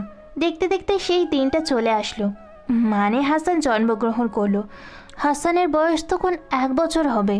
তখন সবাই আমরা ঢাকায় যাই নানু বাড়িতে। সেখানে গিয়ে মার্কেট করতে গিয়ে কখন যে আমার ছোটো ভাইটাকে হারিয়েছি তা কেউ বলতে পারি না। তখন থেকে আর আমাদের সাথে আমার বড় ভাই থাকে না, থেকে যাই নানুর বাড়িতে। আর আম্মুর উপর পড়ে দোষ। আমিও আসতে চাইনি, কিন্তু আম্মু ভীষণ কান্না করতো বলে চলে আসি। এত ভালোবাসতে? হিরে তুই কাঁদছিস কেন? না জানি সে কেমন আছে, আমার মতোই নাকি? কি জানি। আচ্ছা বাদ দাও, চলো খেতে যাবে। চল। রাতে শুয়ে ভাবছি, হায়রে দুনিয়া, যার সব আছে তবু সুখ নেই, আর যার কিছু নেই সেই সুখী। টাকা পয়সার বড়াই আর কতদিন? আজ আছে কাল তো নাও থাকতে পারে, কিন্তু মনের সুখ কি পাবে? হ্যাঁ, যার মনে সুখ আছে সেই তো প্রকৃত সুখী। এই রাকিব উঠ। উঠছি, তুই যা। ফ্রেশ হয়ে নাস্তা করলাম, সবাই মিলে আড্ডা দিচ্ছি। রাকিব, তোর কোনো কাপড় আনা হয়নি? মিম, রাকিবকে নিয়ে যা, কেনাকাটা করে আয়। আচ্ছা আব্বু, যা রেডি হয়ে আয়। আমাকে উদ্দেশ্য করে বলল, আমি তো রেডি, তুই যা, আবার ময়দা বেশি মাখিস না। শয়তান, আমি এসব ময়দা মাখি না, আমি তো মেকআপ করি। আমিও যাই, হলো ময়দা তো ময়দাই। না হ্যাঁ, আমার আর আপুর কথা শুনে আম্মু আর আব্বু হাসতেছে। হয়েছে মিম, যা রেডি হয়ে আয়। কিরে হলো তোর? আর 5 মিনিট অপেক্ষা করব। সেই তখন থেকে খালি 5 মিনিট করতে করতে আধা ঘন্টা হয়ে যাচ্ছে। হয়েছে, চল। এত সাজার কি আছে? আমরা কি কারো বিয়ে বাড়িতে যাচ্ছি নাকি? ধুর বোকা, এটা তো সিম্পল। ময়দা মেখে তো পেতনি হয়েছিস, আর বলিস সিম্পল? কি আমি পেতনি? আরে না, তুই তো আমার কিউট আপু। চল, দেরি হয়ে গেল। মার্কেটে আসলাম, প্রথমে ভালো দেখে কয়েকটা ব্র্যান্ডের প্যান্ট, তারপর টি শার্ট নিল আপু। এত দামি কাপড় নিয়ে আমি কি করব? তার চেয়ে নর্মাল কাপড় নে, এইগুলো থেকে ভালো আছে। বেশি কথা বলবি না, তুই ভুলে গেছিস তুই কার ছেলে। ও, আপনাদের তো বলাই হয়নি, আমি যার বাসায় আছি তিনি বর্তমানে 1 নাম্বার পজিশনে আছেন ব্যবসার দিক থেকে। বাংলাদেশ ছাড়াও আরও অনেক দেশে তার আধিপত্য বিস্তার, বাকিটা পরে জানতে পারবেন। দোকানদার কাপড়গুলো প্যাকেট করে দিল। চল এবার। কয়েকটা বকাটে ছেলে আপুর হাত ধরে বলল, এই সুন্দরী, কই যাও? হাত ছাড়ুন বলছি। এই ভাই, আপনারা কারা? হাত ছাড়ুন। এমালটা কেটে তোর বিএফ নাকি? তুই ভালো চাস তো চলে যা, নাহলে আমাদের সাথে আয়, আজ রাতে মাস্তি হবে। ঠাস ঠাস ছেলেটার গালে আপু থাপ্পড় মারল। তোর কত বড় সাহস, তুই জানিস কার গায়ে হাত দিয়েছিস? মাম্মা, মালটা অনেক হট, আজ খেলে হবে। মামা নিয়ে চল, অনেকদিন পরে এমন মাল পাইলাম। আপু ভাই চুপসে গিয়েছে, আমার মাথায় আগুন জ্বলছে। আরে আরে ভাই, কই যাও? তোর কিছু করবো না, ভালো চাস তো চলে যা। তোদের খুব সাহস বাড়ছে দেখি। দিলাম সেই শালাকে একটা ঘুষি, এক ঘুষিতে পড়ে গেল। আপু আমার পিছনে এসে লুকালো। ওরা সংখ্যায় 3 জন আর আমি একা। ভাই, তোর এত বড় সাহস, তুই আমার গায়ে হাত দিস? তারা 3 জন এসে মারতে ধরবে, আমিও কম কিসের, আমিও মারতে লাগলাম। তখন তাদের মধ্যে কেউ একজন মাথায় আঘাত করলো, আমি অজ্ঞান হয়ে পড়ে যাই। আমার আর কিছু মনে নাই। যখন জ্ঞান ফিরল তখন দেখি আমি আমার রুমে শুয়ে আছি, কিছু মনে করতে পারছি না। হঠাৎ আপুর কথা মনে পড়ল, তারা আপুর কিছু করে নাই তো? আপুই জোরে চিৎকার দিলাম। পাশে যে আম্মু আব্বু আর আপু বসে আছে আমার সেদিকে কোনো খেয়াল নেই। এই তো ভাই, আমি এখানে। আপু তুই ঠিক আছিস তো? তোর কিছু হয় নাই তো? আরে না, আমি ঠিক আছি। তারা আমার কিছুই করতে পারে নাই। আমি আব্বুকে ফোন করি আর সাথে সাথে পুলিশ চলে আসে আর তারা পালিয়ে যায়। ও আচ্ছা। আম্মু ভালো। পরের দিন আমার ভীষণ জ্বর আসে। আম্মু তখন আমার রুমে আসে আর আমার এই অবস্থা দেখে চিৎকার করে। আপু তাড়াতাড়ি ডাক্তারকে ফোন দেয়। ডাক্তার চলে আসে। ডাক্তার, কোনো সমস্যা? না, সব ঠিক আছে। আমি কিছু ওষুধ লিখে দিচ্ছি, এগুলো খাওয়ালে সব ঠিক হয়ে যাবে। কিছুক্ষণ দেখলো, ডাক্তার কিছু ওষুধ লিখে দিয়ে চলে গেল। আমি আমার পকেট থেকে একটা লকেট বের করে কথা বলছি। আম্মু তুমি কই? দেখো তোমার ছেলে আজ একটা পরিবার পেয়েছে। তারা কতই না ভালোবাসে আমায়। কেউ একজন আমার হাত থেকে লকেটটা কেড়ে নিল। তুই এই লকেট কোথায় পাইছিস? আপু আমার লকেটটাকে দাও। আগে বল, এই লকেটটা কোথায় পাইছিস আর তোর কাছে এটা কেন? তখন আম্মু রুমে আসলো আর বলল, কি রিমি, এত চিল্লাচিল্লি কিসের? আম্মু, এই দেখো, হাসানের লকেট রাকিবের কাছে কেন? দে তো দেখি। আম্মু কিছুক্ষণ দেখে আমার কাছে এসে বলল, এটা তোর কাছে কেন? জানি না, তবে এতটুকু জানি এই লকেটটা সেই ছোট থেকে আমার কাছে আছে। যে পেয়েছিল সে আমায় বলেছিল। এই লকেটটা নে, এটা তোর শেষ স্মৃতি। তোকে যখন ডাস্টবিনের কাছে পাই তখন তোর কাছে এইটাই ছিল। জানি না তুই কার ছেলে। তিনি আর কিছু বলতে পারেননি। তখন তার মৃত্যু হয়। তখন আমার বয়স 5 বছর ছিল। এটা যে আমার হাসানের লকেট। তারপর আম্মু আমার শার্ট খুললো। কিছু বুঝতেছি না, আমায় জড়িয়ে ধরে হাসান বলে কেঁদে দিল। এতদিন কোথায় ছিলি বাবা? একবারও কি তোর মায়ের কথা মনে পড়েনি? কি বলছো? আমি কেন হাসান হতে যাব? আমি তো রাকিব। তাছাড়া আমি তো তোমার নিজের সন্তান না। কে বললো তুই আমার সন্তান না? তুই যে আমার হারিয়ে যাওয়া সন্তান হাসান। আম্মু, কি বলছো এসব? রাকিবই কি আমার ছোট ভাইটা? তোদের বিশ্বাস হচ্ছে না? এই দেখ, সে তিল যা আমার হাসানের বুকে ডান পাশে ছিল, রাকিবেরও তাই। আচ্ছা ঠিক আছে, যদি ডিএনএ টেস্ট করা যায় তাহলে তো শিওর হয়ে যাব এটা আমার হাসান। তারপর আম্মু আব্বু আর ডিএনএ টেস্ট করা হলো। আল্লাহ জানে কি হবে। অবশেষে ডিএনএ রিপোর্ট বের হলো। হ্যাঁ, ডিএনএ ম্যাচ করছে। আব্বু আমাকে জড়িয়ে ধরলো, বলল, বাবারে, তোকে কত বছর পরে পেয়েছি। আব্বু, আমিও কখনো ভাবিনি তোমাদেরকে খুঁজে পাবো, আমার একটা পরিবার পাবো। পাগল ছেলে, কাঁদছিস কেন? তুমি কেন কাঁদছো? এই কান্না যে সুখের কান্না রে। আম্মু, আজকে আমি সব অনাথ আশ্রম আর পথ শিশুদের নিজের হাতে খাওয়াতে চাই, আমার ভাইটার জন্য। আছে, যা মন চাই কর। আচ্ছা, আমি আর আপু সব অনাথ আশ্রম আর পথ শিশুদের খাওয়াবো। আচ্ছা যা, আমি আজকে তোদের জন্য স্পেশাল কিছু রান্না করব। আমি ফিরে আসতেই আবার যেন পরিবারটা সতেজ হয়ে উঠছে। আমি আর আপু মিলে সব অনাথ আশ্রম আর পথের অনাহার শিশুদের জন্য সামান্য কিছু পোশাক আর খাওয়ার ব্যবস্থা করে দিলাম। সত্যি বলতে তারাও পেয়ে যে খুশি হয়েছে, আমি তার চেয়ে বেশি খুশি হয়েছি। আমিও তো ছিলাম এক সময় তাদের মতো। আম্মু, খিদে লাগছে। ফ্রেশ হয়ে আয়, দিচ্ছি। খাবার টেবিলে এত কিছু কার জন্য? কার জন্য? আমার কলিজাটার জন্য। এত কিছু আমি খেতে পারবো না। না খেয়ে না খেয়ে শরীরের কি হাল করেছে, এখন একটু ভালো করে খেয়ে নে। কি বললো ভাই? বিরিয়ানি, চিংড়ি মাছের মালাইকারি? আর কিছু বললাম না, আপনাদের পেট খারাপ করবে। তুমি খালি ওকেই খাইয়ে দিবে তো কি তুইও চাইস নাকি? এটা তোর একার আম্মু না, এটা আমারও আম্মু। ও আম্মু, আমাকেও দাও না। তোর ন্যাকা কান্না শেষ হয়েছে? এতদিন অনেক আদর খাইছিস, এখন শুধু আমি খাবো। এই দেখো আম্মু হিংসা করে চলে যাচ্ছে। যার খাওয়ার ইচ্ছা সে থাক। দূর, আমি খাবই না, আমি মোটেও হিংসুটে না। সেটা তো দেখলেই বোঝা যায় তুই কেমন হিংসুটে। আমি নেহাত ভালো মানুষ, তাই আমার ভাগের ভাগ দিচ্ছি। হয়েছে, নে তুইও হা কর। নিজে রুমে এসে ঘুমালাম। হঠাৎ যেন স্বপ্ন দেখছি বৃষ্টি পড়ছে। আমি সেই বৃষ্টির পানিতে ভিজতেছি, খুব ঠান্ডা অনুভব করতেছি। কেন? ও মা, ইয়েটিয়ে করলাম নাকি? আমি তো কোনোদিন এসব করিনি। তাহলে পাশে 32 পাটি দাঁত বের করে আপু হাসতেছে। তুই হাসতেছিস কেন? আম্মু, তোমার ছেলে বিছানায় মানে আকাম করেছে। তবে রে সেমরি, আমার গায়ে পানি দিয়ে আমার উপরে দোষ? আপুরে আর পাইকে দৌড়ে পালাইছে। এখন পালা, পরে যাবি কই? সময় আমারও আসবে। শুভ সকাল আব্বু। গুড মর্নিং মাই সান। কি করো? অফিসের ডকুমেন্ট চেক করছি। ও, সবাই এসো, নাস্তা করে নিবে। আব্বু, তুমি না বলেছিলে অফিসে কিছু লোক লাগবে? বলেছিলাম, নিয়োগ ছাড়া হয়েছে, কালকে ইন্টারভিউ। ও, আমি বলছিলাম কি, আমার একটা বন্ধু আছে, টাকার অভাবে বেশি দূর পড়তে পারেনি, যদি তুমি তাকে নিয়োগ করতে। তুই যেহেতু বলছিস, ঠিক আছে। থ্যাংক ইউ আব্বু। বাবা রাকিব, আমার তো কম বয়স হলো না, এবার তুই একটু সামলা। আমি সামলাবো? মানে কি বলছো? দেখ বাবা, আমার তো বয়স হয়ে যাচ্ছে, বড়টা তো থাকে না, এখন আমি সব দায়িত্ব তোর হাতে তুলে দিয়ে একটু আরাম করতে চাই।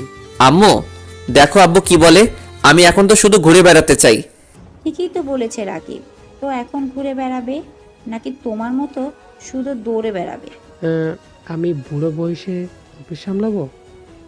আমি এখন অফিসে যাচ্ছি না, আগে এই শহরটা ঘুরে দেখবো তার। ঠিক আছে, ঘুরবি না হয়, কিন্তু কালকের ইন্টারভিউ তোকে নিতে হবে। আচ্ছা নিব। আপু চলো, আজকে আমরা সারাদিন ঘুরবো। সত্যি? তুই দাঁড়া, আমি রেডি হয়ে আসি। আপু আর আমি সারাদিন ঘুরলাম, সত্যি অনেক ভালো লাগছে, নতুন পরিবেশ, নতুন জায়গা, যা বলার বাহিরে। আজকে প্রথম অফিসে যাচ্ছি, তাও ছদ্মবেশে।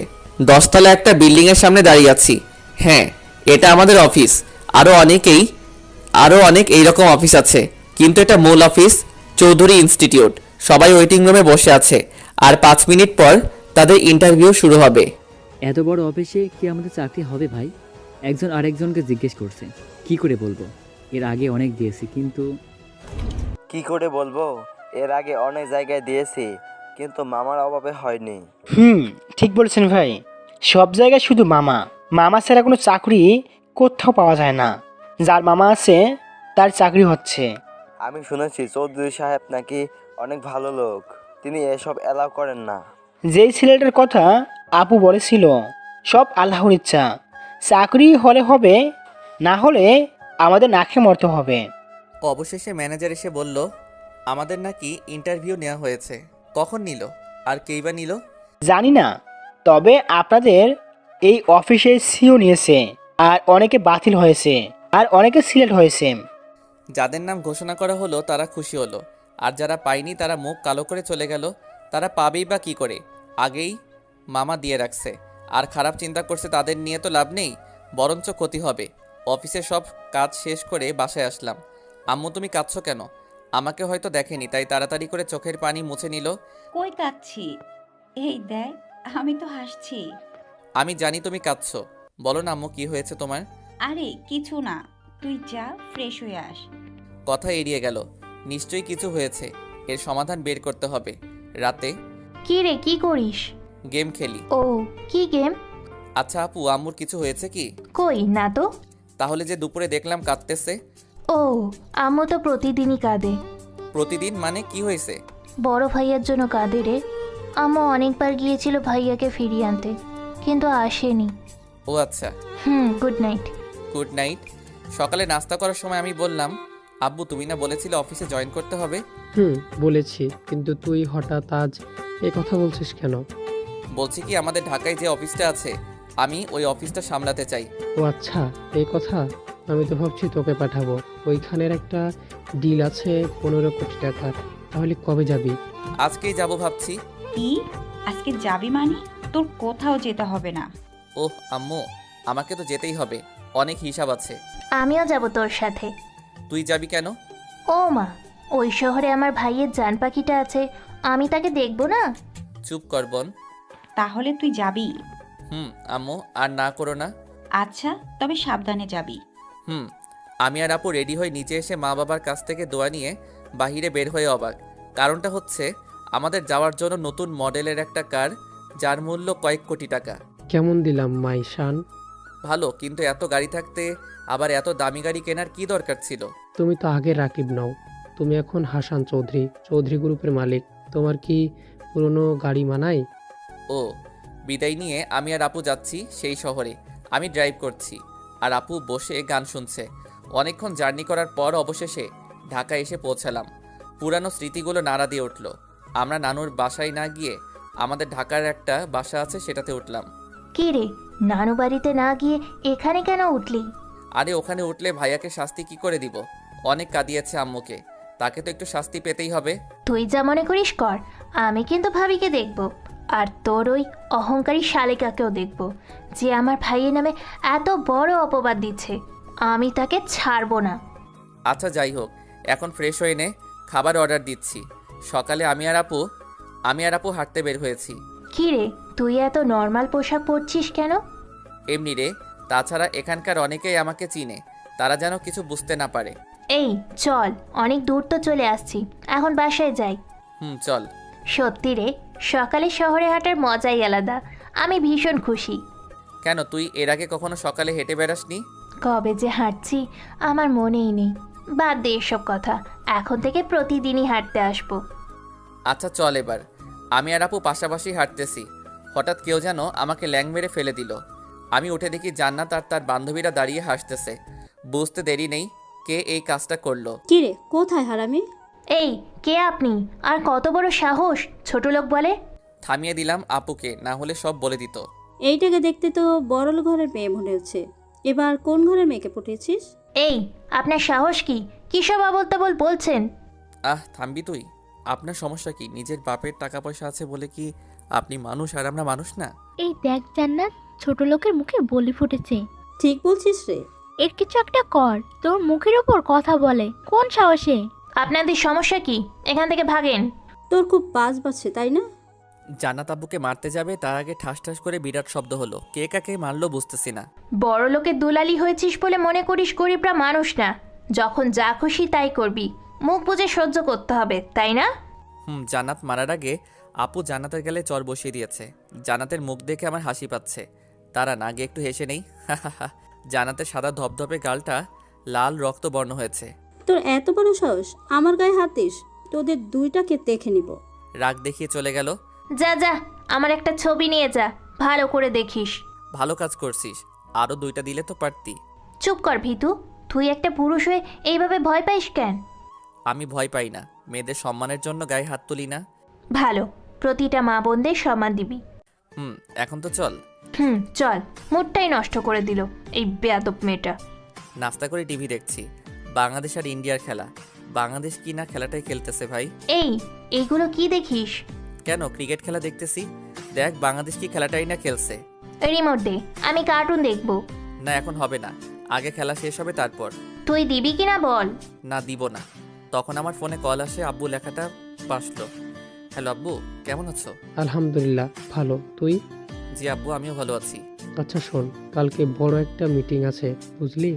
কালকে অফিসে গেলে ম্যানেজার তোকে সব বুঝিয়ে দিবে। ও আচ্ছা। আর কিছুক্ষণ কথা বলার পর ফোন কেটে দিলাম। কে ফোন দিয়েছিল? আব্বু দিছিল। কি, তুই আমাকে একবারও বললি না? তুই তো তোর সিরিয়াল নিয়ে ব্যস্ত, তাই আজ ডাকিনি। আব্বু আম্মু কেমন আছে? ভালো।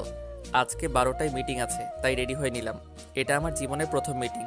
সাথে আপু আছে হেল্প করার জন্য, কারণ এর আগে আপু অনেক মিটিংয়ে গিয়েছিল। তোর হলো রে? চল। ম্যানেজার সাহেবের কাছ থেকে সব বুঝিয়ে নিলাম। তিনি অনেক ভালো মানুষ, কারণ তার সাথে আমার আগে থেকে পরিচয়। সত্য, এনার মতো মানুষের উপরেই কোম্পানির দায়িত্ব দিয়ে আরামে থাকা যায়। আমি আর আপু অফিসের সামনে দাঁড়িয়ে আছি। কার্ড দেখানোর ফলে দারোয়ান খুব সহজেই ঢুকতে দিল। যখন ম্যানেজারের রুমের সামনে দিয়ে যাব, তখন তিনি আমাকে দেখে দাঁড়িয়ে গেলেন। কে আপনি? আমি এই কোম্পানির মালিকের মেয়ে। সরি ম্যাম, চিনতে পারিনি, কিন্তু স্যার যে বললো তার ছেলে আসবে। আরে আঙ্কেল, সরি বলছেন কেন? আপু তুই চুপ কর। কি হয় বাবা তোমার? আমি বলছি, ও হচ্ছে এই কোম্পানির ভবিষ্যৎ সিইও। মানে রাকিবের তো কেউ নয় তাহলে? সব পরে জানতে পারবেন, আগে মিটিংয়ে সব কিছু বুঝে দিন। আচ্ছা চলো। মিটিং শেষ করে বাসায় আসতে যাব, কিন্তু জ্যামের জন্য আটকে পড়ছি। এটাই হলো আরেক সমস্যা, শুধু জ্যাম লেগে থাকে। গাড়ির কাজ তুলে বাইরের দিকে তাকিয়ে আছি, তখন একজোড়া চোখ দেখে আটকে উঠলাম। সেই চেনা চেনা চোখ, মুখে নেই কোনো হাসি, কেমন জানি শুকিয়ে গেছে। এটা আর কেউ না, আয়েশা। কতদিন পর আজ তাকে দেখলাম। হঠাৎ করে আমার দিকে আসতে লাগলো। আমাকে আবারও দেখলো নাকি? গাড়ি স্টার্ট দিয়ে জোরে চালাতে লাগলাম। তার সামনে আর পড়তে চাই না আমি। কি রে, তুই এত জোরে গাড়ি চালাচ্ছিস কেন? অ্যাক্সিডেন্ট করবি তো। তোর কিছু হবে না, ধীরে চালা বলছি।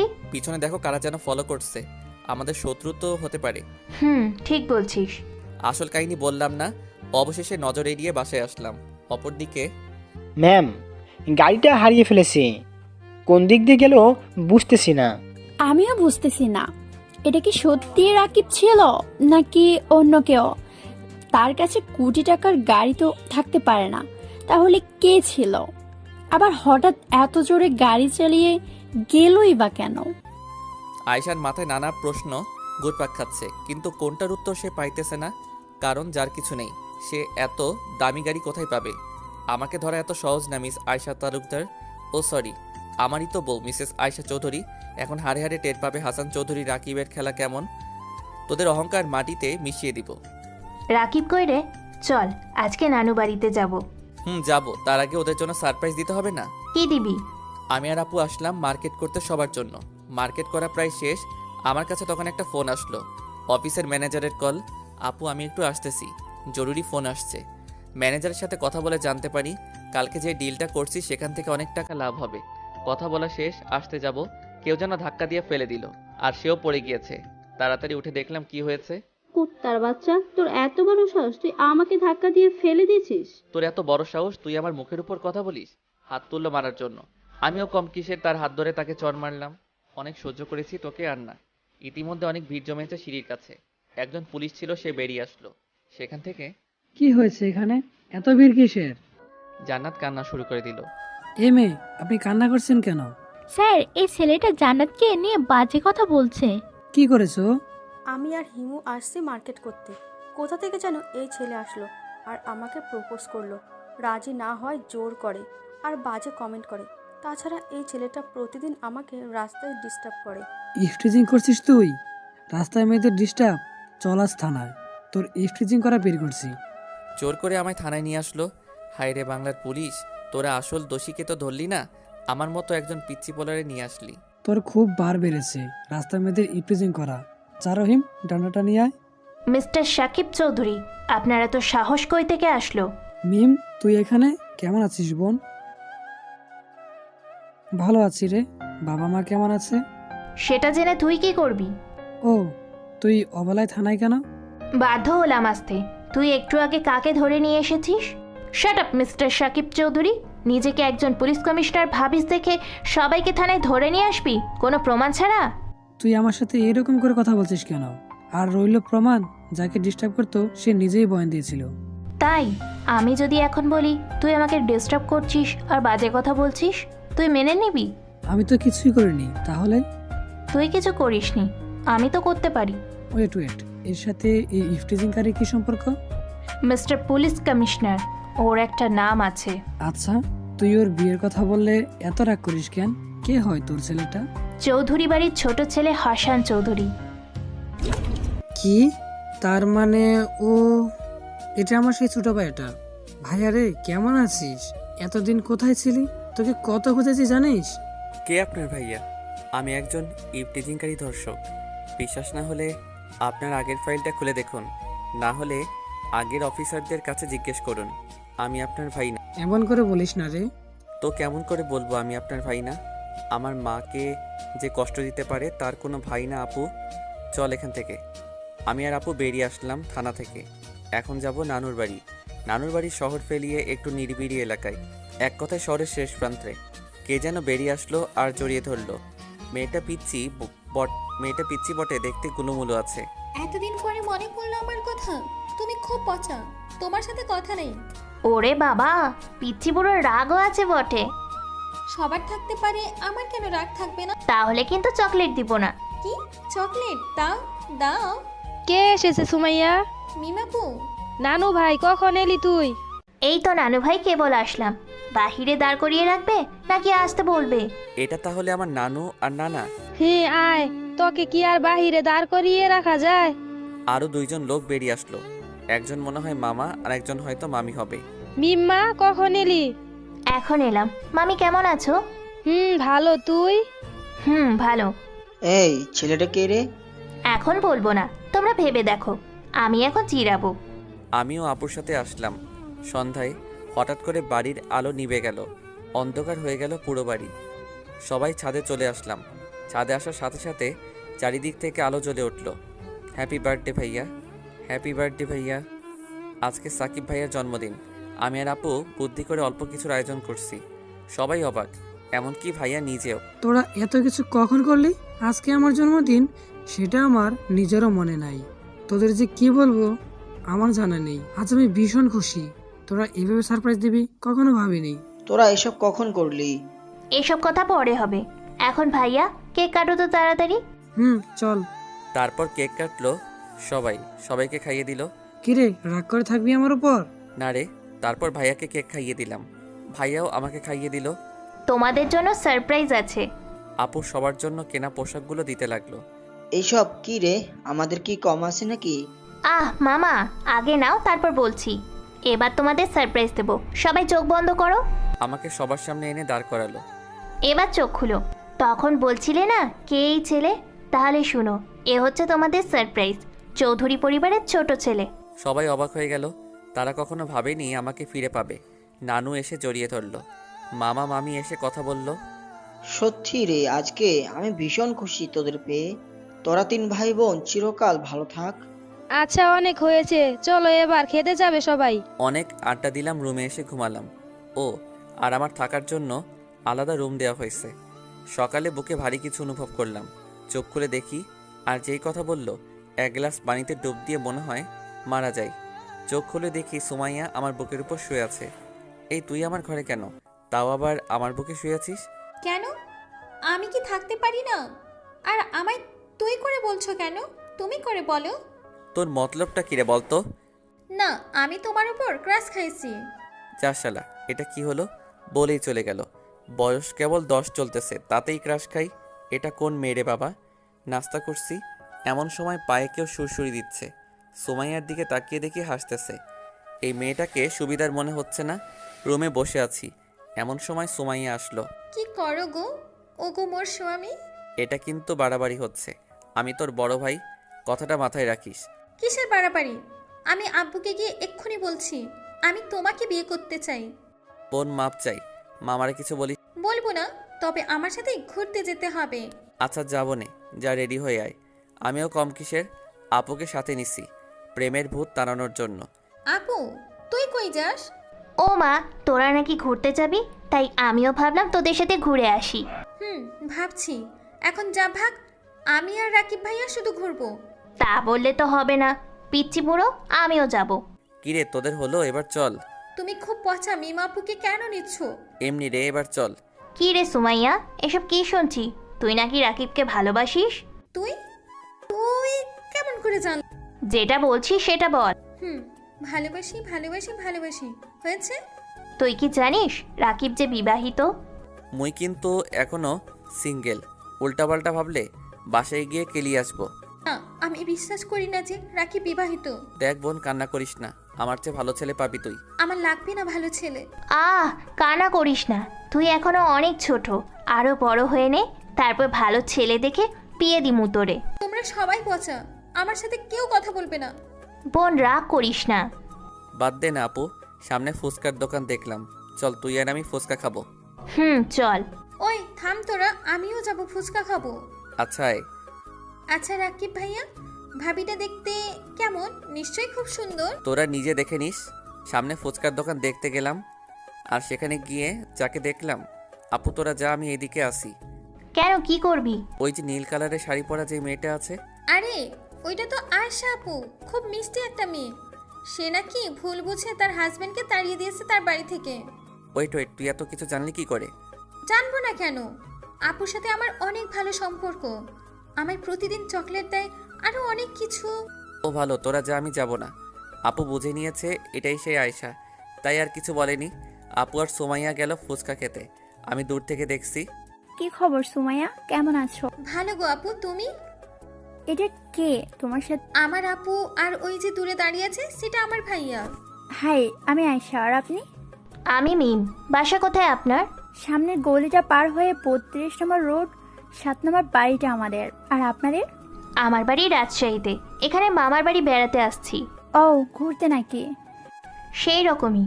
আপনি নাকি সুমাইয়াকে অনেক কিছু গিফট করেন? কই না তো, এসব তো ভালোবেসে দিই। ও, তা আপনি এখানে কি করেন? ফুচকা খেতে আসলাম। আপনি? আমিও। মামা 3 প্লেট ফুচকা। 3টাই এমন করে খাচ্ছে মনে হচ্ছে এক একটা রাক্ষসী কোনোদিনও খায়নি। আপু আগে বিল দিয়ে চলে আসছে। এই যে শুনছেন, আপনি এটা কি করলেন? কেন, কি করলাম আবার আমি? আপনি বিল দিলেন কেন? অর্ডার তো আমি দিছি। আচ্ছা, পরে একদিন দিও, এখন আমি আসি। আমরা চলে আসলাম বাসায়। অফিসের কিছু কাজের জন্য আমাকে আবার যেতে হবে। তবে এবার আমি একা নই, সাথে ভাইয়াও আছে। কাজের যে চাপ পড়ছে, আমি আর ভাইয়া দুজন মিলে সামলাতে পারছি না। অনেক রাত হয়েছে, ভাইয়া আগে বের হয়েছে, আমাকে এখন যেতে হবে। গাড়ি চালিয়ে আসতেছি, হঠাৎ একটা মেয়ের চিৎকার শুনতে পেলাম। কোথা থেকে আসতেছে বোঝার চেষ্টা করলাম, জঙ্গল থেকে আসতেছে। আমি গাড়ি থেকে নেমে আওয়াজ অনুসরণ করে যেতে লাগলাম। 3টা ছেলে একটা মেয়েকে জোর করে ছোট একটা কুড়ে ঘরে নিয়ে যাচ্ছে। আমিও সেদিকে গেলাম। সেখানে গিয়ে দেখি আমার আপুকে যেইগুলো ডিস্টার্ব করতো, রাফি নামে একটা ছেলে আছে, সাথে আরও 2জন, তাদেরকেও চিনি। আর যেই মেয়েকে ধরছে তাকে দেখে আমার হাসি পাচ্ছে, কারণ মেয়েটা হচ্ছে জান্নাত। কিন্তু ও এত এখানে কেন? আরে আরে ভাই, কি করছিস তোরা? তুই আবার আসছিস? আরে ভাই কুল কুল, আমিও কি তোদের দলে সামিল হতে পারি? সত্যি? তাহলে তুই বাহিরে যা, আমি আগে কাজ শেষ করব, তারপর তুই। ওকে, আমি বাহিরে আছি। শয়তান, হাত ছাড়। কিসের কি আমায় বাঁচাবি তা না, সেও। ছি ছি, কেউ আছো, আমায় বাঁচাও প্লিজ, হেল্প। দেখ কেমন লাগে, আমাকে ধর্ষক বানিয়েছিস, এবার তুই আসল ধর্ষকের খবরে পা রাখছিস। সবাইকে উড়াধরা করে পিটালাম। শালারা বলে কি আমার সামনে নাকি একজন মেয়েকে রেপ করতে চায়, আমি আর চেয়ে দেখব? তারা কিছু বুঝতে পারিনি কি হয়েছিল, সবাই চিত হয়ে শুয়ে আছে। আমি এমন কেলানি দিছি 1 মাস বিছানা থেকে উঠতে পারবে না। জান্নাত জ্ঞান হারিয়েছে, তার চোখে পানি ছিটা দিলাম। প্লিজ আমার এত বড় সর্বনাশ করিস না, তোদের যত টাকা লাগামি দিব, আমাকে ছেড়ে দে প্লিজ। এই যে মিস, আপনি এখন সুরক্ষিত। চারিদিকে তাকিয়ে দেখলো কেউ নাই, একটা গাড়ির মধ্যে শুয়ে আছি, তাই তাড়াতাড়ি উঠলো। সরি আর ধন্যবাদ দিয়ে ছোট করব না। ধন্যবাদের প্রয়োজন মনে করি না, গরিবের এসব প্রাপ্য না। আর রইল সরি, আপনি তো কিছু করেননি। আমাকে বাঁচানোর জন্য ধন্যবাদ, আর আগের ব্যবহারের জন্য সরি। দেখুন, আপনার জায়গায় আর যেই থাক না কেন, আমি তাকে বাঁচাতাম, এটা আমার নৈতিক বোধ। আর আমি আপনাকে তো কোনোদিনও ক্ষমা করতে পারবো না। যে মানুষকে মানুষ বলতে কিছু মনে করে না, আমি তাকে মানুষ ভাবি না। প্লিজ আমাকে ক্ষমা করে দাও, জানি অনেক বড় ভুল করছি, হয়তো ক্ষমা পাওয়ার যোগ্য আমার নেই, তবুও বলছি প্লিজ ক্ষমা করে দাও। ক্ষমা কথাটা আপনার মুখে মানায় না, আপনি তো শুধু অহংকার করতে জানেন। ক্ষমা করে দাও না, না হলে যে মরেও শান্তি পাবো না। দিতে পারি, তবে আপনি কি পারবেন আমার মাথা থেকে ধর্ষকের কলঙ্ক তুলে দিতে? পারবেন কি হারানোর সময়গুলোকে ফিরিয়ে দিতে? যদি পারেন তাহলে বলেন। জানি পারবেন না কখনো, কারণ সময় কখনো ফিরিয়ে আনা যায় না। হয়তো পারবো না, কিন্তু তুমি কি ক্ষমা করে দিতে পারো না? একবার ক্ষমা করে দাও, আর কখনো অহংকার করবো না। যদি সম্পূর্ণ ভালো হতে পারেন সেদিন সামনে আসবেন, ক্ষমা করে দিব। নামুন, আপনার বাসায় চলে আসছি। ও হ্যাঁ, আর আমি খুব তাড়াতাড়ি আপনার সামনে আসবো। দেখা যাবে। আমি চলে আসলাম বাড়িতে, এসে ফ্রেশ হয়ে খেয়ে নিলাম। আর তখনকার ঘটে যাওয়া কথাগুলো মনে পড়তেই আমার হাসি পাচ্ছে। অন্যদিকে, কে তোর আসতে দেরি হলো কেন? আর গাড়িতে বা কে ছিল যে তোকে নামিয়ে দিয়ে গেল? কি হলো? এর আগের বার তো পার্টি থেকে কত হাসি খুশি ছিল, আজ কি হলো যে কাঁদছিস? আর গাড়িতে বা কে ছিল? জান্নাত বিছানায় শুয়ে শুয়ে কাঁদছে। কি হলো রে, তোর আবার কাঁদছিস কেন? সেদিন রাকিব ভাইয়া আমাকে ধর্ষণ করতে চেষ্টা করেনি, আমি তাকে সহ্য করতে পারতাম না, কারণ সে ছিল ছোট লোক আর খ্যাত। আমি বুদ্ধি করে রাকিব ভাইয়াকে আমার রুমে ডেকে আনি, তারপর নিজের কাপড় নিজে ছিঁড়ে বাঁচাও বাঁচাও বলে চিল্লাই। আয়শা জান্নাতের গালে চড় দিল। তুই এটা করতে পারলি? রাকিব তো তোর কোনো ক্ষতি করে নাই। প্লিজ আপু, আমাকে ক্ষমা করে দে, আমি চেয়েদের বসে সব করছি, আজ আমার ভুলটা বুঝতে পারছি, প্লিজ ক্ষমা করে দাও। তোর কোনো দিন ক্ষমা হবে না। তোর জন্য আমি নিজ হাতে রাকিবকে পুলিশের হাতে তুলে দিলাম, তাকে অপমান করে বের করে দিলাম। ভালোবাসার জায়গায় ঘৃণা সৃষ্টি হয়েছে। সেটা যদি তোর কথা বিশ্বাস না করে রাকিবের কথাটা শুনতাম। আপু, তুমি যত খুশি আমাকে মারো কাটো আর চাই করো, প্লিজ আমাকে ক্ষমা করে দাও, আমি আর এই পাপের বোঝা বলতে পারছি না। যদি ফিরিয়ে দিতে পারিস আমার রাকিবকে আমার কাছে, তবে তুই ক্ষমা পাবি, তার আগে না। আয়শা কাঁদছে বিছানায় শুয়ে, আর এই কথাগুলো বলছে। সকালে নাস্তার টেবিলে বসে নাস্তা করছি, তখন আব্বু ফোন দিল। হ্যালো আব্বু, কেমন আছো? আলহামদুলিল্লাহ ভালো, তুই কেমন আছিস? আলহামদুলিল্লাহ ভালো আছি। আম্মু কেমন আছে? ভালো আছে। বাবা, তুই কবে আসবি? আর কিছুদিন পর। কোনো দরকার আছে নাকি? তোকে একবার কানাডা যেতে হবে বিজনেসের কাজে। কি বলো? কানাডা এখন যেতে হবে নাকি? এখন যেতে হবে না, কালকে গেলেই হবে। আচ্ছা ভেবে দেখি। এত ভাবনার সময় নেই, আমি আর কত সামলাবো। এবার তুই তো একটু দেখাশোনা কর। আচ্ছা যাব। এবার খুশি? কে ফোন দিয়েছিল? আব্বু ফোন দিয়েছিল। আর আজকে এখন যেতে হবে আমার। কেন এখন যাবি মানে? তোর কোথাও যাওয়া হচ্ছে না। ও শোনা, আমার এখন যেতে হবে আমার। তুই যাই বল, তোকে এখন আমি আর যেতে দিব না, আর কিছুদিন পর যাবি। তা হবে না জানো, আমাকে যেতে হবে। আর তোমরা সবাই যাবে আমার সাথে। আচ্ছা, তোর এত কি জরুরি কাজ পড়লো যে যেতেই হবে শুনি? কালকে কানাডা যেতে হবে, কিসের যেন ডিল করতে হবে আমায়। ও তাহলে চল, আমিও যাব। সেটা পরে দেখা যাবে। মামি তুমি মামাকে বোঝাও প্লিজ, আর না করো না। অনেক কষ্টে রাজি করালাম, এখন নাকি ভাইয়াও আমার সাথে যাবে রাজশাহীতে। তো কি আর করার। মামা মামি আর নানা নানুর কাছ থেকে বিদায় নিয়ে দুপুরে বেরিয়ে পড়লাম। রাত বাজে 3টা। সেই সময় নিজ বাসায় পৌঁছালাম। আমার কাছে ডুপ্লিকেট চাবি ছিল, তাই আর আম্মু আব্বুকে ডাক না দিয়ে মেইন গেট খুলে অবাক, কারণ আম্মু আব্বু আমাদের জন্য বসে আছে। তোরা এসেছিস বাবা, তোদের জন্য কত চিন্তা হয় আমার। আহ আম্মু, তোমায় রাত জাগতে কে বলছে? আব্বু তুমিও না? আম্মুর না প্রেশার আছে, এসব চিন্তা করতে কে বলেছে? তোমরা তো ঘুমাতে পারতে। ধুর বোকা, তোদের ছাড়া আর ঘুম হয় আমার বল? তখন ভাইয়া আম্মু আব্বুর পা ছুঁয়ে মাপ চাইলো। আমাকে ক্ষমা করে দাও আম্মু, আমি না জেনে তোমায় অনেক কষ্ট দিয়েছি। উঠ বোকা ছেলে, তুই ফিরে এসেছিস, এতেই আমি অনেক খুশি। আয় আমার বুকে। আম্মু আব্বু ভাইয়া আপু আর আমি কান্না করছি। কিরে তোরা কাঁদছিস কেন? এটা কান্না না আম্মু, সুখের নদী, বিন্দু মাত্র পানি। অনেক রাত হয়েছে, ফ্রেশ হয়ে আস, খেয়ে নে, ঘুমাতে হবে তো। আব্বু তোমরাও কি খাওনি?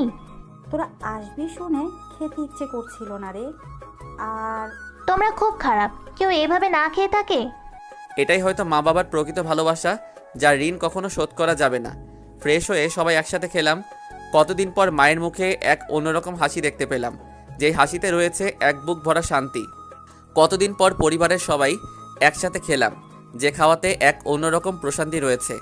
আজকে আমার বিকাল 5টায় ফ্লাইট, সোজা কানাডা। আম্মু আব্বু ভাইয়া আপু সবাই এসেছে। এখন আপুও নাকি আমার সাথে যাবে, তাই ভাইয়া আম্মু আব্বুর দেখাশোনার জন্য থেকে গেল। দীর্ঘ জার্নি করার পর অবশেষে প্লেন ল্যান্ড করলো কানাডায়। আগে থেকে আমাদের জন্য আব্বু রুম ভাড়া করে রেখেছিল, তাই সোজা গিয়ে আমাদের ফ্ল্যাটের চাবি নিয়ে রুমে গেলাম। ওয়েটার রাতের খাবারের জন্য ডাক দিল। আমি আর আপু গিয়ে খেয়ে আসলাম। পরের দিন অফিসের কাগজগুলো দেখতে লাগলাম। এক জায়গায় চোখ আটকে গেল, বাঁকা হাসি দিলাম। তুই কেন রে আমার পিছনে নিয়েছিস? কই না তো। আমি যেখানে যাই সেখানে তুই যেতে চাইস কেন? সত্যি বলবো, রাগ করবি না তো? আরে আগে তো বলবি।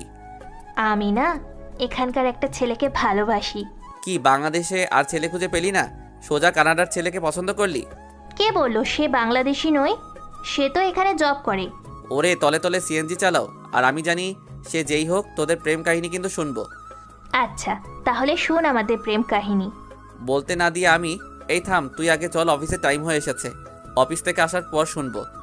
আচ্ছা চল, কিন্তু তুই কি এই সাধারণ পোশাক পরেই যাবি? যাব। তুইও পরে নিলে নে, না নিলে নাই। আর আমার পরিচয় যেন কেউ না জানে। কেন জানবে না কেন? তোকে যেটা করতে বলছি সেটাই করবি, তার বেশি কিছু করলে খবর আছে। আমি এখন আমাদের অফিসের সামনে দাঁড়িয়ে আছি। আপনারা ভাববেন না যে আমাদের কোম্পানি শুধু বাংলাদেশে সীমাবদ্ধ, তা না। অনেক দেশেই আমাদের কোম্পানির শাখা রয়েছে, তার মধ্যে এইটা একটা। এই কে আপনারা? যান, এখানে ভিক্ষা দেওয়া হয় না। স্যার প্লিজ আমাকে একবার ম্যানেজার সাহেবের সাথে দেখা করতে দিন প্লিজ স্যার। না, উনি এখন ব্যস্ত আছে, এখন দেখা করতে পারবেন না। আপনাদের বোঝার জন্য সব বাংলায় লিখছি, কিন্তু সব কথা ইংরেজি দিয়ে হচ্ছে। স্যার প্লিজ একবার দেখা করতে দেন। এই তোকে এত কথা কে বলতে বলেছে? বলছি না স্যার বিজি আছে, তাড়াতাড়ি সর, বড় স্যার আসার সময় হয়েছে।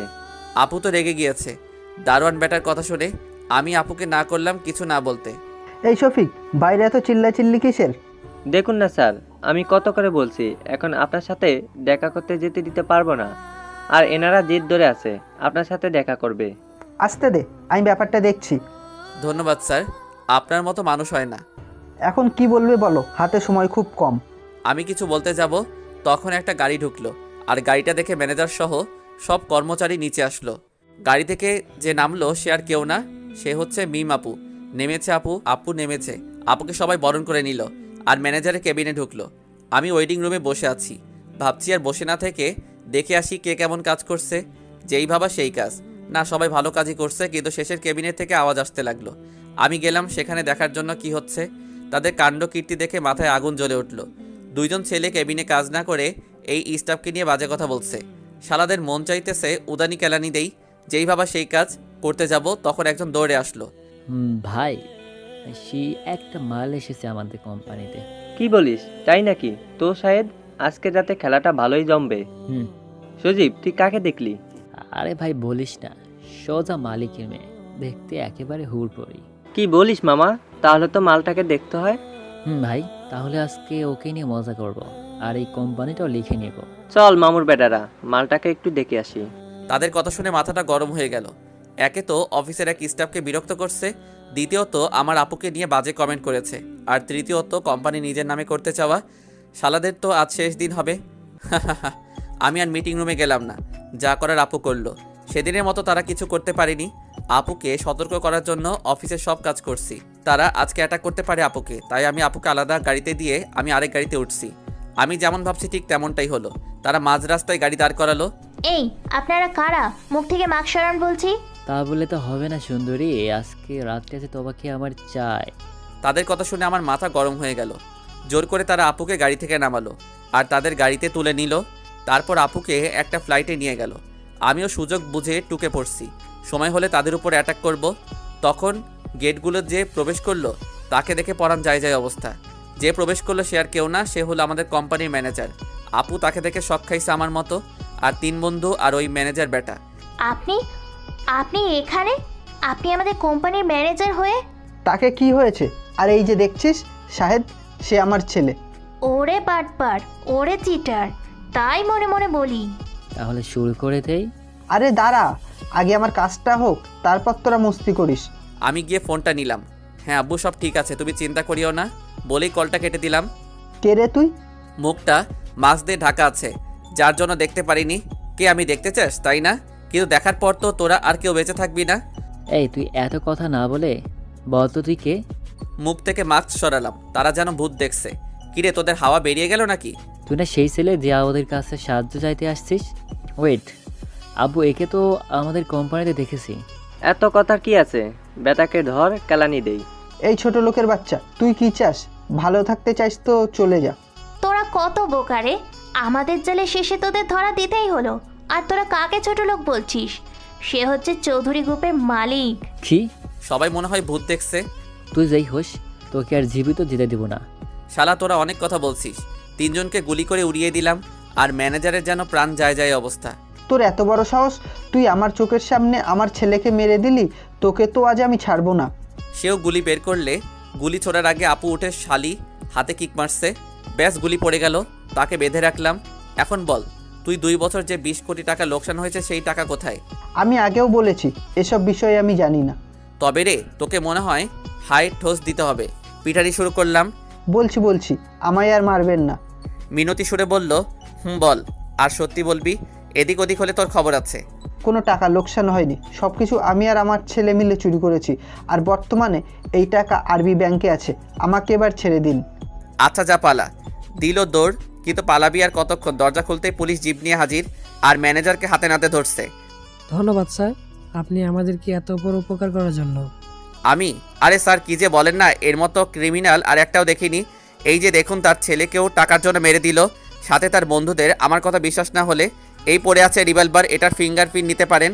আপনাকে আর বলতে হবে না, এই বেটাকে তো সারা জীবন কারাদণ্ড দিয়ে ছাড়বো। আপু যেন সবকিছু ভূত দেখছে। কি রে, তুই এত কিছু কি করে করলি? আরে আমি কি করছি, এই বেটা যা বলছে তা রেকর্ড করে এখানকার পুলিশ স্টেশন পাঠিয়ে দিয়েছি, আর এর হাতে রিভলভার দিয়ে হাতে চাপ দিয়েছি। ব্যাস, খেল খতম। সাপও মরলো, লাঠিও ভাঙলো না। যা বলিস, তোর বুদ্ধির তারিফ না করে পাচ্ছি না। হয়েছে, তোকে আর কিছু করতে হবে না।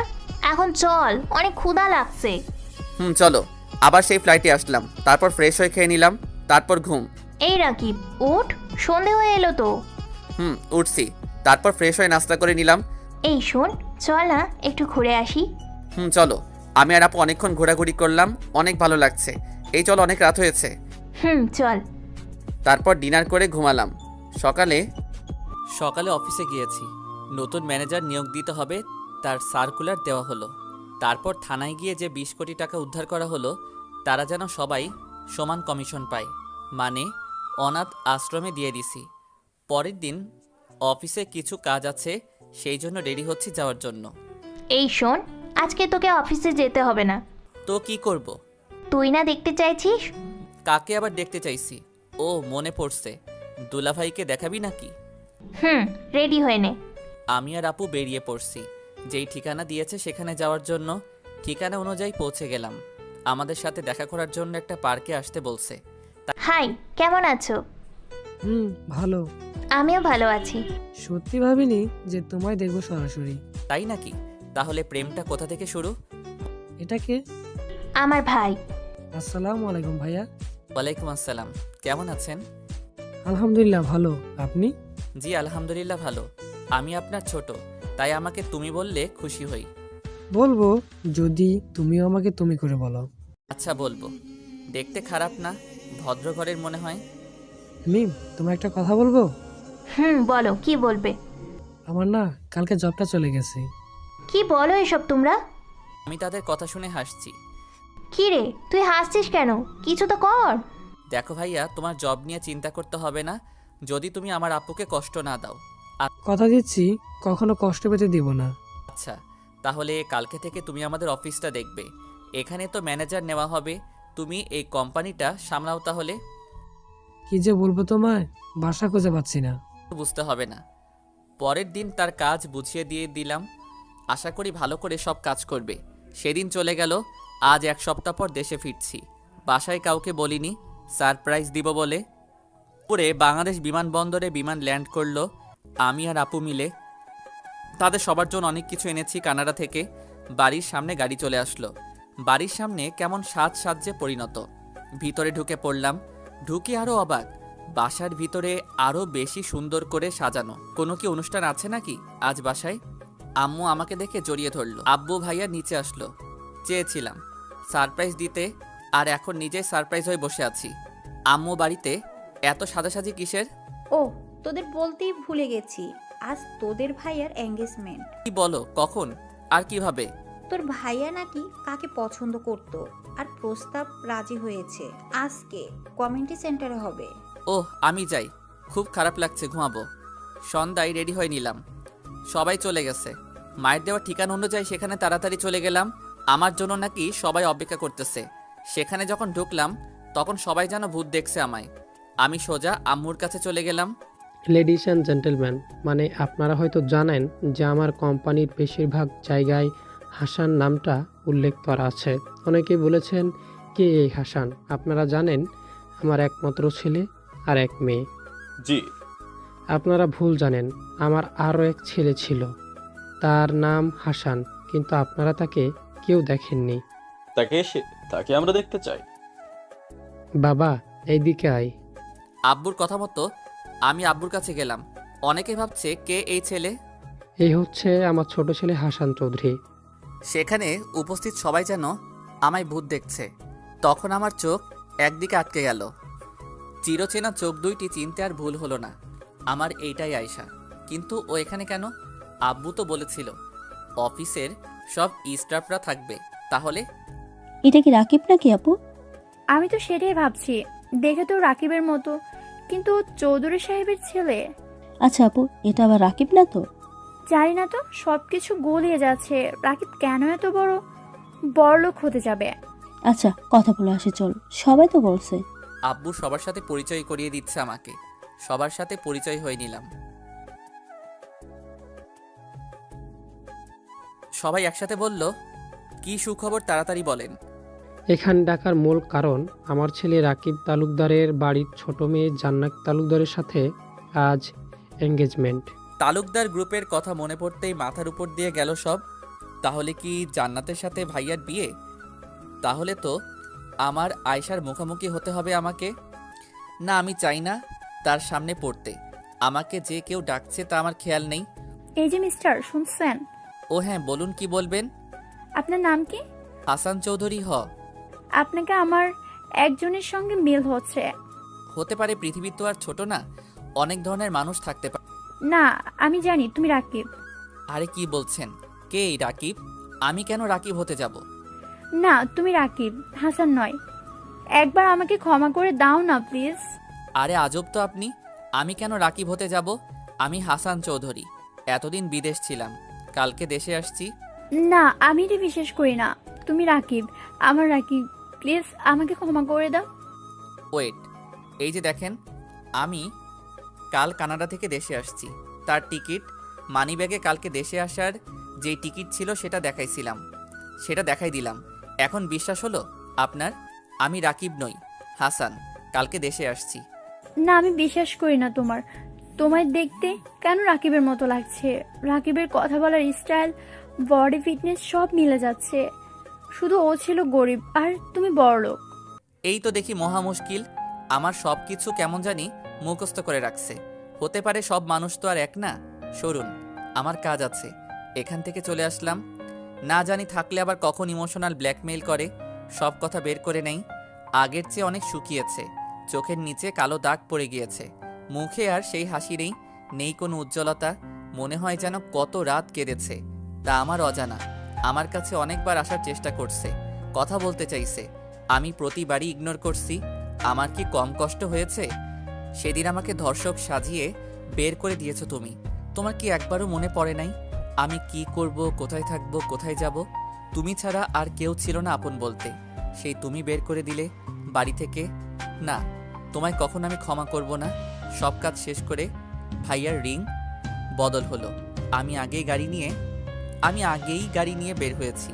আজ খুব কষ্ট হচ্ছে আমারও। তোমার চোখের জল যে সহ্য করতে পারি না আমি কি কম কষ্ট পেয়েছি? তোমায়ও পেতে হবে। আমার মতো করো যন্ত্রণা, তারপর ভেবে দেখব কি করব। মনে মনে ভাবলাম আর গাড়ি চালিয়ে বাসায় আসলাম। অপরদিকে জানো, আজ কতদিন পর তোমায় দেখলাম। তোমার কাছে কি আমি এতটা ঘৃণার পাত্র হলাম যে তুমি আমাকে ইগনোর করছো? তুমি জানো না আমি তোমার অবহেলা সহ্য করতে পারি না। কেন করলে এমন? একবার কি ফিরে আসা যায় না আমার কাছে? আপু, আর কত কাঁদবি? কিছু খেয়ে নে। তুই না খেলে কিন্তু অসুস্থ হয়ে পড়বি তুই। আর আমার বিশ্বাস হাসান আমার দুলা ভাই। আমি বলছি না খাবো না। কেন বিরক্ত করছিস আমায়? যা এখান থেকে। না, যাবো না। আমার একটা ভুলের মাসুল আজ তো ওদের দিতে হচ্ছে। তুই যদি না খাস আমিও খাবো না। যা বলছি তুই খেয়ে নে, আমি খাবো না। ওকে, আমিও খাবো না। বোন প্লিজ খেয়ে নে তুই। দুদিন পর তোর বিয়ে, না খেলে তুই অসুস্থ হয়ে পড়বি। আমি না খেলে অসুস্থ হয়ে পড়বো, আর তুই না খেলে অসুস্থ হবি না বুঝি? তুই যা তো এখান থেকে। প্লিজ আপু, খেয়ে নে। আর না করিস না। দেখ, রাকিব ভাইয়াকে তো খুঁজে বের করতে হবে। আমার মন বলছে খুব তাড়াতাড়ি রাকিব ভাইয়াকে তুই খুঁজে পাবি আর আবারও ক্ষমা চাবি। আচ্ছা চল, আমি বেশি খেতে পারবো না, অল্প খাবো। দুদিন পর আজ গায়ে হলুদ। আমি বাসায় সব জিনিসগুলো দেখছি কোথায় কি লাগে। হঠাৎ করেই রাকিব ভাইয়া বলে কেউ চিল্লানি দিয়ে আমার কাছে আসলো। আরে সুমাইয়া আপু যে, কেমন আছো? ভালো ভাইয়া, তুমি? আমিও ভালো আছি। চলো না তোমার সাথে বসে একটু প্রেম করি। না আপু, এখন হবে না। আমি কাজ করছি, দেখছো না? তুমি যাও, পরে কথা হবে। ওকে ভাইয়া। দূর থেকে একজন সব দেখছে, তা আমার অজানা। ও একটা কথা বলতে ভুলে গেছি। বিয়েটা আমাদের বাড়িতে হচ্ছে, মানে রাজশাহীতে। এখানে আয়শার পরিবার ও আত্মীয় স্বজন সবাই আসছে। সব কাজ শেষ, অবশেষে আজ আমার ভাইয়ার বিয়ে। সবাই হাসি খুশি, আমিও খুব খুশি। কিন্তু একজনের মুখে কোনো হাসি নেই, তা আমার অজানা। আমি নীল পাঞ্জাবি, নীল প্যান্ট, শু, এক কথা সবগুলো পরা দেখে পুরা নায়কের চেয়ে কম না। সিঁড়ি দিয়ে নিচে নামছি। সবাই এমনভাবে দেখছে মনে হয় আমি কোনো ভিন্ন গ্রহের প্রাণী। নিচে নেমে আয়শাকে দেখলাম, নীল শাড়ি, নীল চুড়ি, হালকা লিপস্টিক। বেশি কিছু কমু না, নজর দিবেন মোর বউয়ের দিকে। আমার মাথা বিগড়ে গেল। আয়শা একটা ছেলের হাত ধরছে, তার সাথে হাসি খুশিভাবে কথা বলছে, বিশেষ করে আমাকে দেখিয়ে। বাহ বাহ, কাল অবধি আমার পিছনে ঘুরলো, আর আজ অন্য ছেলের সাথে হাসি খুশিভাবে কথা বলছে। তাদের কথাগুলো কানে আসতেই মাথা গরম হয়ে গেল। জানো, তুমি জানি কেমন শুকিয়ে গিয়েছো। না গো বাবু, আমি তো ঠিক আছি। আমাকে দেখিয়ে আরো অনেক কথা বলছে। তখন আয়েশা ছেলেটার কাঁধে মাথা রাখলো। এত তাড়াতাড়ি বদলে যাবে ভাবিনি। ওকে আমিও দেখব। আর কত নিচে নামতে পারো মিস আয়েশা? হাই, আমি রুমি। আপনি নিশ্চয়ই হাসান চৌধুরী? আমি হাসান চৌধুরী। আপনাকে তো চিনলাম না। আমাকে চিনতে হবে না তোমার। ও তাই বুঝি মিস? চলো কোথাও বসে কথা বলি। ও শিওর। আমি আর রুমি কথা বলছি, তা দেখে আয়শা যেন তেলে বেগুনে ফুলছে। জানো চলো না ওইদিকে বসি। রাখ তোর জানো, ভাগ এখান থেকে। ছেলেটি ভয়ে চলে গেল। আমার খুব হাসি পাচ্ছে। আমাকে দেখিয়ে অনেক নাটক করলে, এবার আমার খেলা দেখো। আয়শা তো আরো রেগে গেল। ও মা, তুমি আমাকে কিস করলে, এবার আমি করব। এখানে না গো, ছাদে আসো, তারপর যত খুশি মন ভরে আদর করব। ওকে চলো। আয়শা অবস্থা দেখার মতো ছিল, আর কিছু করতে দেখলে মনে হয় কেঁদে দিবে। ছাদে কেউ নেই, আমি এখন তোমাকে অনেক আদর করব। আমাকে দেওয়ালের সাথে চেপে ধরলো আর কিস করার জন্য ধীরে ধীরে এগিয়ে আসতেছে। আমরা খুব কাছাকাছি, একে অপরের। আমার ঠোঁটে কিস যাবে, ঠাস করে শব্দ হলো। কি হলো তা দেখার জন্য প্রস্তুত ছিলাম না। আয়শা মেয়েটিকে থাপ্পড় দিল, আবার পিটানো শুরু করছে। আমি থামিয়ে দিলাম। এই, আপনার সমস্যা কি? একে মারছেন কেন? একে মারছি, বেশি কিছু করলে এখানে মেরে দেব। কত সাহসী এই মেয়ের যে তোমার দিকে চোখ তুলে দেখায়। তাতে আপনার কি শুনি? আপনার উনিকে আদর করতে পারে না? যত সব। তোমার খুব আদর খাওয়ার শখ, তাই না? কিছু বলার আগে তার ঠোঁট দিয়ে আমার ঠোঁট বন্ধ করে দিল। কতক্ষণ পর ছাড়লো তা আমার মনে নেই। এই, আপনার সমস্যা কি? যদি আমি মরে যেতাম তাহলে আমার বউয়ের কি হতো? আমি থাকতে তুমি কখনো মরবে না, তোমায় আগলে রাখবো। আপনি কে যে আমায় আগলিয়ে রাখবেন? প্লিজ আমাকে একটিবার ক্ষমা করে দাও, তোমার অবহেলা যে আমি নিতে পারছি না। আমার অবহেলায় কি যায় আসে তোমার? আমি একজন ধর্ষক, আর ধর্ষকের কেউ থাকে না। তুমি চলে যাও, আমার চেয়ে ভালো ছেলে দেখে নিও। সেদিনের জন্য সরি, প্লিজ ক্ষমা করে দাও।